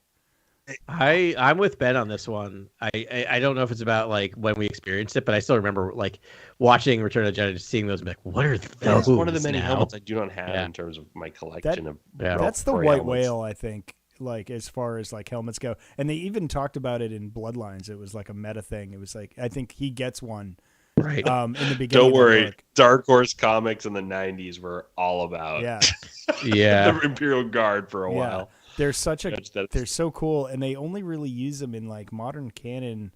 It was in Bloodlines, and then they played a big role in something Lords of the Sith, the second book that came out in new canon. And Vader and Palpatine were flanked by such a weird book. Anyways, that's because it's like I would say like a Graflex, like the OG Saber, but you can just buy those. Like you got $500, you can get like an exact reproduction of that. But the helmet, like you can't get the helmet. No, it's so good. Good prop. Wow, I didn't think that for you. I thought DL44. I was like DL44. DL44 is this. I love that. I love that choice. Harrison Ford. The Imperial Guard DL44. That's a pretty good one, man. But I don't know. Well, I just thought that pegged you as that. That's interesting. Or I guess the Skywalker saber too. I mean, that's the OG Graflex saber is amazing. OG. But I mean, I've got one behind me right now, and it still gives me. It's pretty much what it is. It still gives me the chills just like holding it. I'm like, this is so cool. It's crazy. Yeah, and it has. It's amazing. It's fine. So good. I love that. Yeah. All right. That still works. All right. So I have a couple of 2 questions that will kind of be similar or related, but related to your professional and personal interests. So as a person who loves audio, what is your like favorite sound in Star Wars? Man, the first thing that pops into my head are the roar of the twin ion engines in a TIE fighter. Yeah, you can't go wrong with that. Scream is just so pure. I don't know. Yeah, it's like nothing else. Yeah, it's like so good because like even in like it's instant like visceral reaction to it, and we've been getting it a lot. Yeah, in like the live action series, we got it in Mandalorian. So like in Atmo, you know, they had that like reverse thing with Migs Mayfield. And like the ties are saving you, and you're like, like you hear the roar of the engines, and you're like, they're gonna save us. And then you know, and then in Andor when they're like off in the distance, and you're just like, oh, I know that sound, and I don't know, I just doing a flyby, it was so effective. I was like, wow. I adore all the sound. Ben Burtt will always be the top of the mountain as far as like sound designers go, because it's layers and layers, and it's so. I mean, nothing was off the table. Like even today, like it was like I was listening to Rebels, and like there was a growl from a Loth Wolf, and I was just like, oh man, they did like this weird thing with bubbles and like water under the growl to make the growl more like visceral, and like it. I was like, oh, that I mean, it's Ben Burtt started a legacy of amazing sound design that proliferates all of like sound. Yeah. But yeah, I mean, obviously, just like the lightsaber sound effect is like really has to be the best one. But like, I don't know. I can't pick the best one, right? Yeah. Go with your first gut. Like, it's impossible. This podcast ends with like the last sound you'll hear from. Actually, this will be the last time, episode 300. It'll be the roar of actually Darth Vader's tie flipping off into space. Remember, I love the it. Force will be with you always. Then it's like, I love that. Yeah. That speeder bike from Return of the Jedi was pretty effective on me. Like that's a good one. That really hit for me. Yeah, that's a good one. It's like, it's so good. Yeah, and then like the like when it like the echoes, trees. Kind of? Yeah. Yeah. Like, and it happens in Attack of the Clones too. Attack of the Clones, I think, uses the same sample. It does, but I think those are Grant, like that idea. I never really thought about that before, but like that scene when you kind of rewatch the Endor scene, you could see the green screen, or you can kind of see it kind of whatever, but the sound design, it makes it feel like so fast and so scary and dangerous. Like it's just, I'm not saying anything new, but the sheer luck that you got like John Williams, Ben Burtt, and George Lucas all together, like it's like, how does that happen? Like that's amazing elements so quickly. If you missed one of those 3 things, Star Wars would be all the things we're talking about, I think, are established in A New Hope. You know what I mean? Like a lot of what we're talking about, like these crazy sounds, like a TIE fighter, like all that stuff's in A New Hope. Amazing. Yeah. Cool. What do you got for me, Grant? Okay. You are conscripted into the Empire. What armor would you like? What trooper guard would you sign up for? I mean, what I sign up for, or what am I shooting towards? I guess location. Okay, all right. So like what thing? Where you want to be stationed? Yeah. That's a good one. Yeah. Shore trooper. Just put me there on the beach in my my loose khakis, my sweet helmet. Okay. And my things. Yeah. And, that's not bad. And my shore leave, I'm gonna be just getting sun and Jupa slingers and just like I mean the shore trooper armor is pretty amazing. It's pretty great. And it's like, tropical, so you kind of feel like you're on vacation. How often do you think that's going to be, apart from like once in a while? You're like, the Death Star is definitely not going to shoot our planet anytime. I know, that'd be ridiculous. No, right? Yeah, I'm safe here. Yeah, it's fine. But I mean, there's other places you can wear the shore trooper armor. But yeah, I mean, if you're on Scarif. You wouldn't want to be one of the many like scout trooper, like immortal scout troopers in Jedi Survivor. Rick the technician. Yeah. I mean, that's a great answer. That's a pretty solid Stormtroopers just Star Wars. Yeah, I think like Rogue One spent the appropriate amount of time designing new things to enter into canon. The U-wing is amazing, visually distinct. Yeah, the tank troopers are amazing. The and then the shore troopers and right. Shore troopers, death troopers too, right? That was the first Death Troopers. Yeah, as we talked about earlier, like it's just that movie is kind of amazing. Fits in the timeline. Before but does that its movie, own thing. I think like Scout Troopers were the ones. Also, I mean, again, another one of that I've mentioned a bunch is the TIE fighter pilot outfits from the sequel trilogy are next level. You don't see them much, but I saw them at a costume exhibition, and in person they'll just melt your face. They're so cool. Yeah, I do like those costumes. Yeah, but the thing is, I would never want to pilot a TIE ever. It's like you have instant death. You have no shields, no hyperdrive, and no peripheral vision. Shields. It's like no, I'm not. No. They in a lot of the games, like in I can't remember what that game that came out for PS4 is called.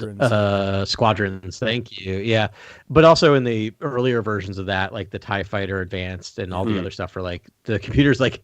Every time I have a TIE Fighter mission, I'm like, oh man, like you can't see anything. You're gonna die immediately. You're fast, which is great, but you're just like no shields, no nothing, no. Yeah. Oof. Yeah. Instant death, like you said. Yeah, that's an atrocity. Yeah. All right, Adam, what you got? All right. So we talked about sound before. You're also a musician. Talked quite a bit. We've done our own musical episodes before. What if you could pick a single scene in Star Wars to score yourself? What scene would it be and why? That's a great question. Any way you want to answer this, what would you do with it? But what are you thinking? Really good question. And of course, it's like become cliche to just like heap honors and kindness on John Williams, but like it's all true, all of it. Like he's an amazing human being, and his like mark on film, especially Star Wars, is. I mean, it's as the music is, I would say, 50% of the films, at least for me. And then everything else on top of it, acting, all that, like it's you just can't do it. So the hubris involved with sort of like rewriting a scene, but as far as like, all right, a scene that I love so much that I'd love to compose to it. Yeah, that's exactly right. Not that you think you can do better, but that you just would love to just blanks and giggles. I would say, and again, like Nick, what's his name? I would say Nick Natali, but that's a guy I work with. Who's the guy that does the score for Andor? I can't think of his name. Nick Britell. Andor. Nick Britell. Yeah. And I mean, and I know like Britell gets a credit, but I know that what's his name? The writer also is a musician and scores films as well. But I would probably want it to be. I'd want it to be. Oh, okay. No, I got it. I would like to do the music for the ship on the party barge on Solo. So it's what's his nice. Name? Yeah. Like So that music, I was like, that's a choice. And I love it. That's a choice. It's like weird lounge music. Hold my fuzzy tongue. Yeah, I have a solo electronic music project called River Ghost. It's spelled in a way that you'll never find it, but it is on. It's worth searching out. Try to find it. It's great. VERGHXST. Good luck.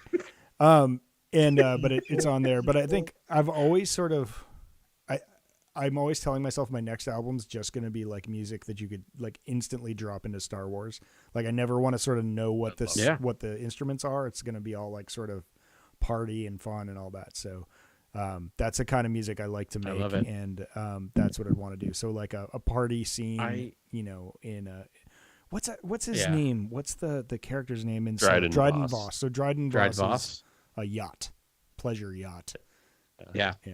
See, that's what I love about this exercise, because I never would have thought that. But the second you guys, I'm like, that is the perfect answer. Like that is so you, and you would totally do an awesome job. And I know you don't want me to say this, but yes, it would be better than what was in that film. It's a choice. It's just like it's a duet between like a brain and in like a fishbowl. I mean, I love the visual and some woman. Yeah, the visual is great, but yeah. Maybe they took the visual a little too literally. Dude, when they were writing music. I think that was tone perfect. You know, like that's what I want to see. Yeah. Honestly, okay. This is, you know, my least favorite John Williams stuff is the Cantina theme. Sorry, I know it's iconic and it's great and it worked in the Cantina. But then George took it too literally and I think asked for it, and then the Return of the Jedi remaster like blues song, like I don't want it to sound like it was pulled. Jedi Rocks. You know, like it is. That's I feel like I want the music to emulate a foreign world, you know. And I mean, Cantina theme obviously iconic and it's perfect, but it's like you get one, and that was it. And it was and that's like close enough that you can kind of say it's in the universe. But man, that Jedi Rocks that's a tough pill because it's to just swallow. like it doesn't sound like synthetic instruments or distant instruments at all. But I think you could say the Cantina theme does. They do enough little things where it doesn't just sound like a clarinet jazz band sort of thing. No, they're clearly jizz wailing. I just every time you say the word jizz wailing, I puke in my mouth a little bit. That's why I say it, because I'll never not say it. Oh god. In my deathbed, that'll be the only thing left rattling around in my head. That'll be my final words. Will be jizz wailing. I feel like I can't believe what he said. I can't write that down. Here lies Adam. He was always jizz wailing. Yeah, not me, Ben. I mean Grant. I mean, what am I saying? Anyway, it was not me. George created it. All right, I got one for you here. Let's go. I love these questions. You guys are great. Okay. Back onto music, because I just want to stick with Adam's theme here. Right. Now that you've answered these two questions so eloquently. You are put in charge of composing the music for either of the new films that have been announced for Lucasfilm, Dawn of the Jedi or New Jedi Order. John Williams has passed on doing the music for the films. What direction would you take the music, and which film would you want to score? I think my knee-jerk reaction is because I've never thought of this, but this is so fun. I would say Dawn of the Jedi, and it would be really slow, like Godspeed You Black Emperor, like tone, like atmospheric, really slow, down tempo, sparse, not atmospheric, but just like tones, you know, like in the theme song for the Joker in Dark Knight is really like one note. I mean, it extends, but it's just like what, like it'd be that. It'd be like you get a layered note, and that would be like, it would just be so sparse and but like very moody, but like very sparse and very. So far more experimental than we've ever experienced. Yeah, dude, I love experimenting. Period. You know, I love pushing music to places where, you know, a word that I haven't heard before. It's just so exciting to me. And sometimes that means stripping everything away. It's just like. So what you're saying is super compelling to me. And it just instantly sort of gave me these imaginings of maybe what that might sound like. And I got to say, I would love something that does start abstract, but it finds the Force theme. Like, you know what I mean? Like, eventually get there. Like, and it's about basically the Force coming together, right? So it's just those disparate notes for a while. Right. I mean, for a movie, but it's you're right. End of that all first film is like throughout the movie, right? And then it ends the Force, it all culminating together as the Force theme. There we go. We just wrote it. Like, just give us this movie. Yeah. I mean, you know, Kevin Kiner really did an interesting job. Again, I'm in like the throes of Rebels right now. We all are. I'm just now getting back in. Adam's well steeped, and Ben is just. Ben's almost done. I'm exactly at the midpoint. I'm gonna jump off this and finish the last episode, but I mean, and it's good to listen to it because he did a perfect job, because they were sort of like it was like, but it. He had the burden of sort of going first, and then Goranson is like, I can do whatever I want, and like did a brand new thing. It kind of sort of like he made it like John Williams light. So it uses a lot of the same themes, but really, I mean, loosely, very loosely. It's just like instead of doing a 5-note thing, he did a 3-note thing, and like it sounds like it's reminiscent of John Williams. Yeah, but it's not pulled from John Williams. It's been re-recorded and re-performed, and it's done in a little faster way, probably to fit a 30-minute episode. They're all 22-minute episode cartoon. So he stylized John Williams's themes, and I mean the artistry and technical, like to do that, I have no idea how you do. Like, I'm not saying I could do it at all, but it wasn't as compelling to me. But he did a great job with that, and like when it comes time for Binary Sunset, it hits like a hammer, and when it comes time for Imperial March, it's like a hammer, and they he elucidates all the feels of the original score in the right places to do the right things. But he does them in this. It's like a very wrote music in a cartoony way, which is interesting thing. Yeah. But yes, so it's like that would be the challenge, right? Like how to not copy John Williams, but like get the feel. I mean, Nick Britell, like perfect. Like it's, I don't know. A lot of them. Yeah. Nick Britell seems like that fun new direction. Mando did it too to an extent, but I think in a very different way. I think especially in season 1 and 2, Mando in particular, was doing that. But still, no, I love that. I was thinking about I was been rewatching Rebels, and I've been noticing the music as well because it's actually been standing out more than it did the first time I watched it. And I think it might have been how I was watching the first time. I'm like, oh, he's actually doing more than I gave him credit for when I first watched it, and he's actually being very restrained, more restrained than I thought he was when I first watched it. Like he's not just doing, it's not always the same theme over and over again. It's only when it's appropriate in the episode, which I appreciate. Composition in there that's doing very cool things. Yep. A lot of the time, but it does feel like it takes a back seat. I don't know. I mean, so this is the third time I've watched Rebels all the way through, and it's still sort of like the story and the action is so compelling. It's so fast. There's not a lot of meat on that bird. Like going back through it, it's like 75 episodes through 4 seasons, and I'm jumping ahead here, but it's a lot of serious, important action. They're on like essentially like a central set piece that would be a central set piece in Andor every episode. Just like bang, bang, bang. There's like not a lot of filler episodes. Even the ones that are filler episodes end up having huge ramifications for the rest of the show.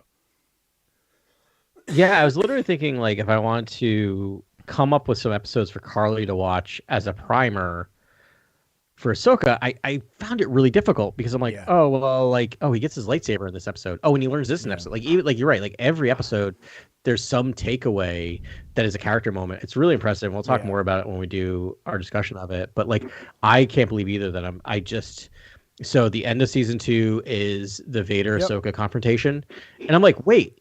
There's still like that happens already. Like for some reason in my mind that was the end of season 3, and there's only one more season. So I'm like, oh, there's still like that's the halfway point of this entire series. Yeah.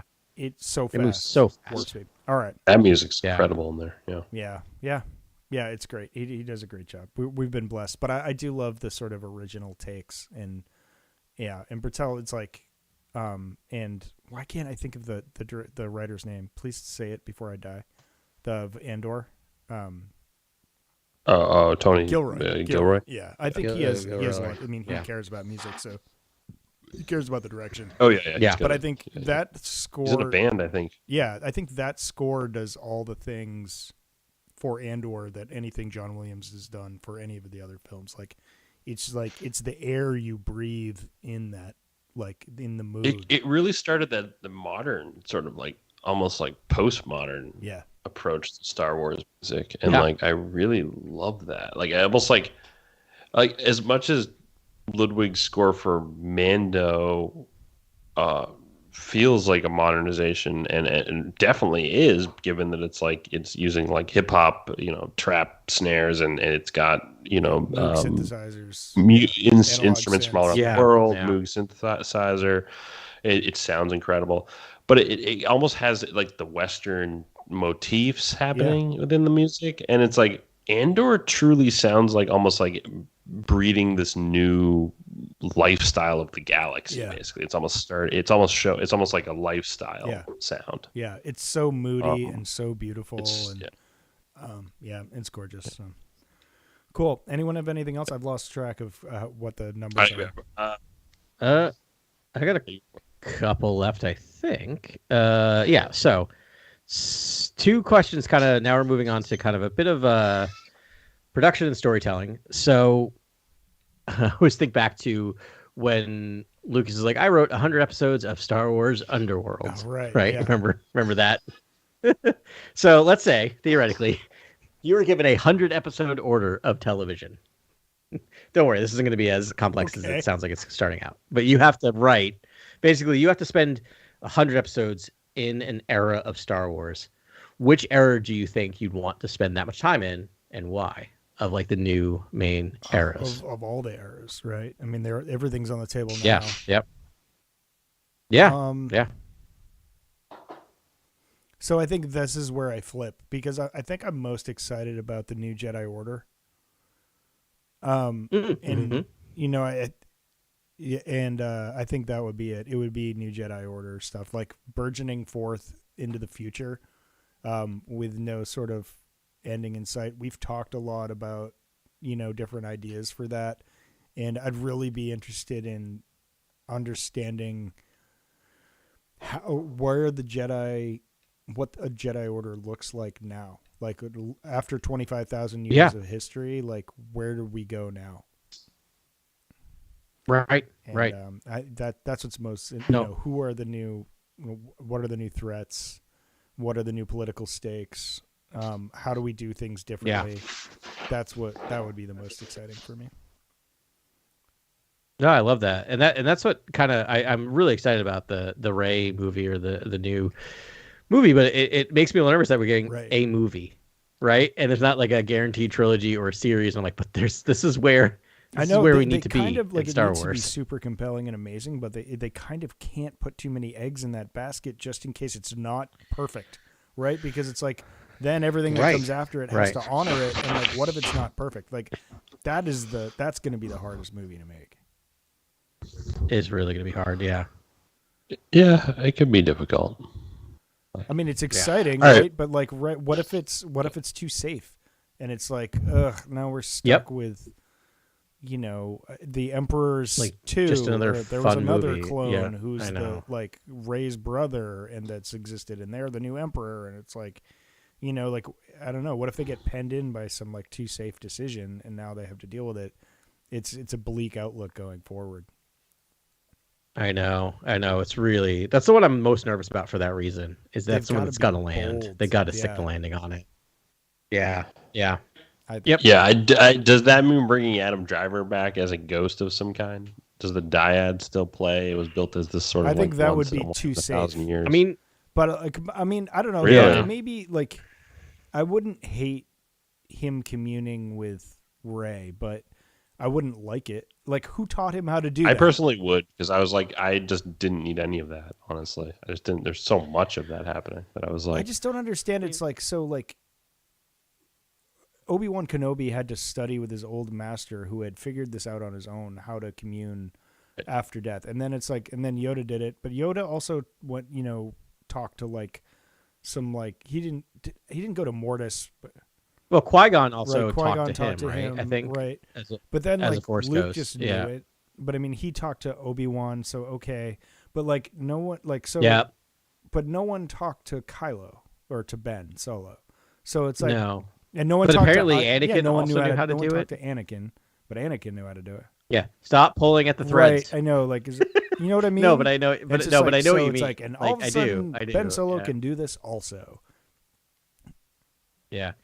But we know that he and Leia did become one with the Force, so they can come back, but we don't know why. Anyway, yeah. Yeah, I mean, unless Force ghosts can these talk are the to difficulties. Force ghosts, and then you're like, it gets a little murky and weird. Yeah, I mean, they were all there at the end of Return of the Jedi. Yeah. Were they not aware of each other, or were they having like a side conversation while they're watching the party? Like, what's going on? All right, Ben, I have a two-parter for you. This is a big one. I love this. I'm going to pose the same question I posed to Adam to you, which is, what is your favorite directed scene in Star Wars? Your all-time favorite scene, the exchange of the characters and the acting, and basically who the director was of that film. And then you have never said a negative word about Star Wars. Or you rarely do. I love this question. I dare you to say one thing that just grinds your gears about Star Wars. One scene, one moment. It's just your favorite moment question. And a moment that just you could walk out of the room for. You could very appropriate. Bathroom break. Very appropriate. All right, so I'll start with my favorite scene. I'm swamped. I was thinking about this too, because I was like, is it like something from Return? Like, I thought about that scene on the catwalk leaving the AT-AT in Return of the Jedi. Yeah. The same one Adam highlighted. Very effective scene. A bizarre scene for a villain and a hero to It's such an outlier too, because like Vader shows like cracks in his armor. Literally. Oh yeah. And like where his heart truly lies. That's the moment you know. Mm-hmm. Yeah. I mean, I think that's as a kid, to jump in real quick to hijack your answer. But I feel like part of me, the reason why I was so okay is in Return of the Jedi is because of that scene. Because if you don't have that scene, at the very end between Vader and the Emperor, you're just like, oh, Luke's dead. Like there's nothing left in Vader. But you have that moment, so you can see you have that unconscious knowledge that Vader is still reachable. Yeah, I mean, I guess that was kind of yours, so I could probably do honorable mention. You could have it. Would be Obi-Wan in his own hut talking to Luke about the Clone Wars and in a New Hope. I mean, I think just your father was the greatest starfighter in the galaxy and a good friend.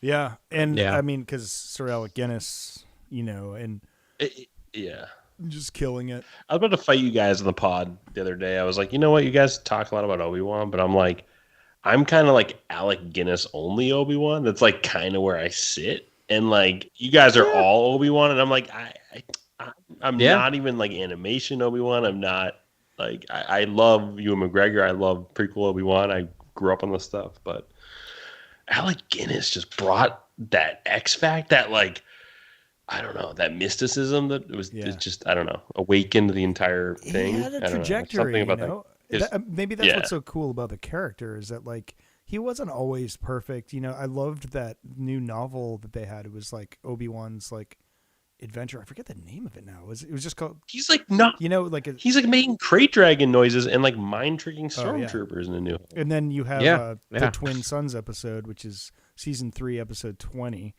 where you get him interfacing with Maul and Ezra. Wait, that happens in season 3? What happens in season 4? Jeez. A lot of Lothwolves happen, and. A lot of Philip Glass. Yeah, they need to move our crew over to Lothal because that's like one BBY.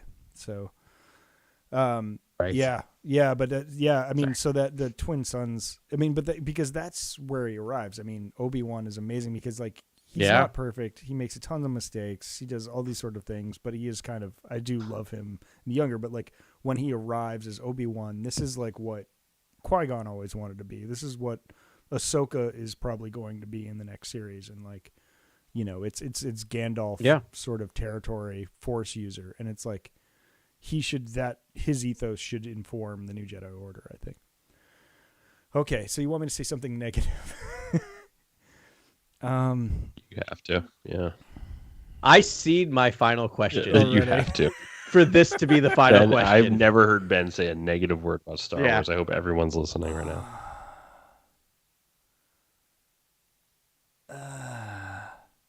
There's like no Star Wars I don't like. I mean, and we cannot do Jedi Rocks, and we cannot do Jedi Rocks. Yeah, I let that slip. And we cannot. It's everyone's go-to. We can't do. And I finally let that slip. You already said it. Yeah, I got it. And what a controversial. I know, right? And I have to say, like the CGI. I always defended the CGI upgrades on the original trilogy, but like after watching A New Hope, I was like, in the approach on Maz Eisley, I was like, oh, buddy. But all right, so not that doesn't count. I will have to. I think I have to say the beginning of Rise of Skywalker. Okay. All right. It's I'm listening. It's way too fast, and it's like, and they didn't take the time to like sit in an environment and explore the space and understand the space and like flesh out what's going on in a given scene. It was just like dialogue move, and it's like, I want it. If it's Mustafar, show me the stupid temple. Like, have something happen there that's important. If they're stealing these things from an asteroid and a person, let's like, I get a little bit more into that. What is hyperspace jumping? Like, what are the ramifications? Like, I know that like the mystery and like, don't worry about it, just go with us. It works. It like does work for Star Wars a lot, but mostly I'll just stick with Mustafar if I have to pick one. And it's like, if it's Mustafar, make it Mustafar and make it obvious and like show me the like, don't just put me in a forest on like, a mid shot and like miss it, because like to me, I want to be, if I'm going to be in the galaxy, and I love like losing my mind and being in a galaxy far, far away, I want to know where I am and what it's like there. Yeah. I mean, as 3 giant Star Wars fans who saw it twice on opening night together, none of us even thought, hey, was that Mustafar? Like, we had to be told later. Here's the thing. I want someone to show me the work, show me the proof that was Mustafar for a fan like me, as written. Yeah. Because it wasn't. What? It was some random planet, and Doug Chan or someone else said, you could probably just call that Mustafar. The grasslands of Mustafar said no one ever? Like, okay. Yeah. All right. Yeah. It's way too reliant on Palpatine. Like, the beginning of that screenplay is like, and then we get to Palpatine, and that's what's so cool. Minute 3. Palpatine, isn't that awesome? No, Mustafar, if you do Vader's castle would have been awesome. So this is what I'm saying. So what you could do is, this would just make it a vastly superior movie, is if you basically just in that beginning sequence on Mustafar, you have Kylo Ren meet his grandfather, Ren, in the castle, and it's like, but then you show that voice mutate into the Emperor when he gets to Exegol. You know what I mean? Like, it proves that he's been manipulated. You get the same thing. You get your cake and eat it too. You twist it later. Instead of somehow you get a Vader the Emperor cameo. return. Yeah, it would have been. And you could have teased with Vader too, and you could have held the Emperor back. Like, there's ways you could have marketed it differently. There's things you could do that are just wild. That's it. I need a shower now. That's it. Yeah. Well, that opening is pretty rushed. I agree entirely. Yeah, it is really fast. Like a real choice, the Lightspeed skip. Okay. Yeah. I think it was just bombastic. It was like, oh yeah, the Duel of the Fates didn't work. Lightspeed skipping. It was like, it feels like such a pitch from like, look at us, we'll dazzle you with the pros screaming. I know. Like, I would have been fine with a standard, like, just escape. I know, sequence. like a real slow opening somewhere on a one planet. Class or take your time. It's the or last Luke and movie. Leia fighting to start the film in like a super meditative like kind of situation. Yeah, I mean, I will always argue Avengers Endgame, which had a lot of leeway up to it, but it wasn't for 35 years. A ballet act. That film is an absolute ballet act. And you know what? Said this is going to be over 3 hours, and you're all going to say thank you, and we all did say thank you. Yeah. I think it should have ended there. I think the MCU should have ended right there. Oh, I mean, 100%. Just don't know what we're doing. Phase 5 and 6 proven that. Anyway, I don't know what. Anyway, Ben's like, I say one negative thing, and the wolves pounce. And now this is a Marvel. Sorry. That was my last question. I thought that was That's it. That's the last question. Is that it? You don't have another one, Adam? Is that it? Oh yeah, because you started. All right. No, I'm not gonna. Yeah, I'm not gonna leave after that. That was kind of perfect in terms of it. Also leads into a bit of what you'll see in Cantina Chronicles. Not us being negative all the time. I want to make that clear. No. It's not gonna be a negative mess, but we are gonna be a little more open and loose. We want this to be a fun, comfortable space for people to come who want to listen to people talk about Star Wars. We're gonna be talking about what's happening, what's pertinent to what's coming up. And just having fun and just speaking our minds about what's going on. Share your hot takes. This is a safe place to have your fun takes on everything and anything about Star Wars. And all fans are welcome. Yes, all fans. Yeah. And by the way, we may have hot takes and we have strong opinions, but there will be no toxic fandom Do not worry about. We couldn't do that if we tried. Yeah. No, we love all of it. So hopefully, I mean, it's hard to really describe, but you're just going to have to tune in and check us out. So we appreciate everyone for keeping up with the news on Core World News. There's a lot of you out there, and we greatly appreciate it. We hope you enjoy the new format. It's just going to be us doing what we do, hopefully better. So that's the thing.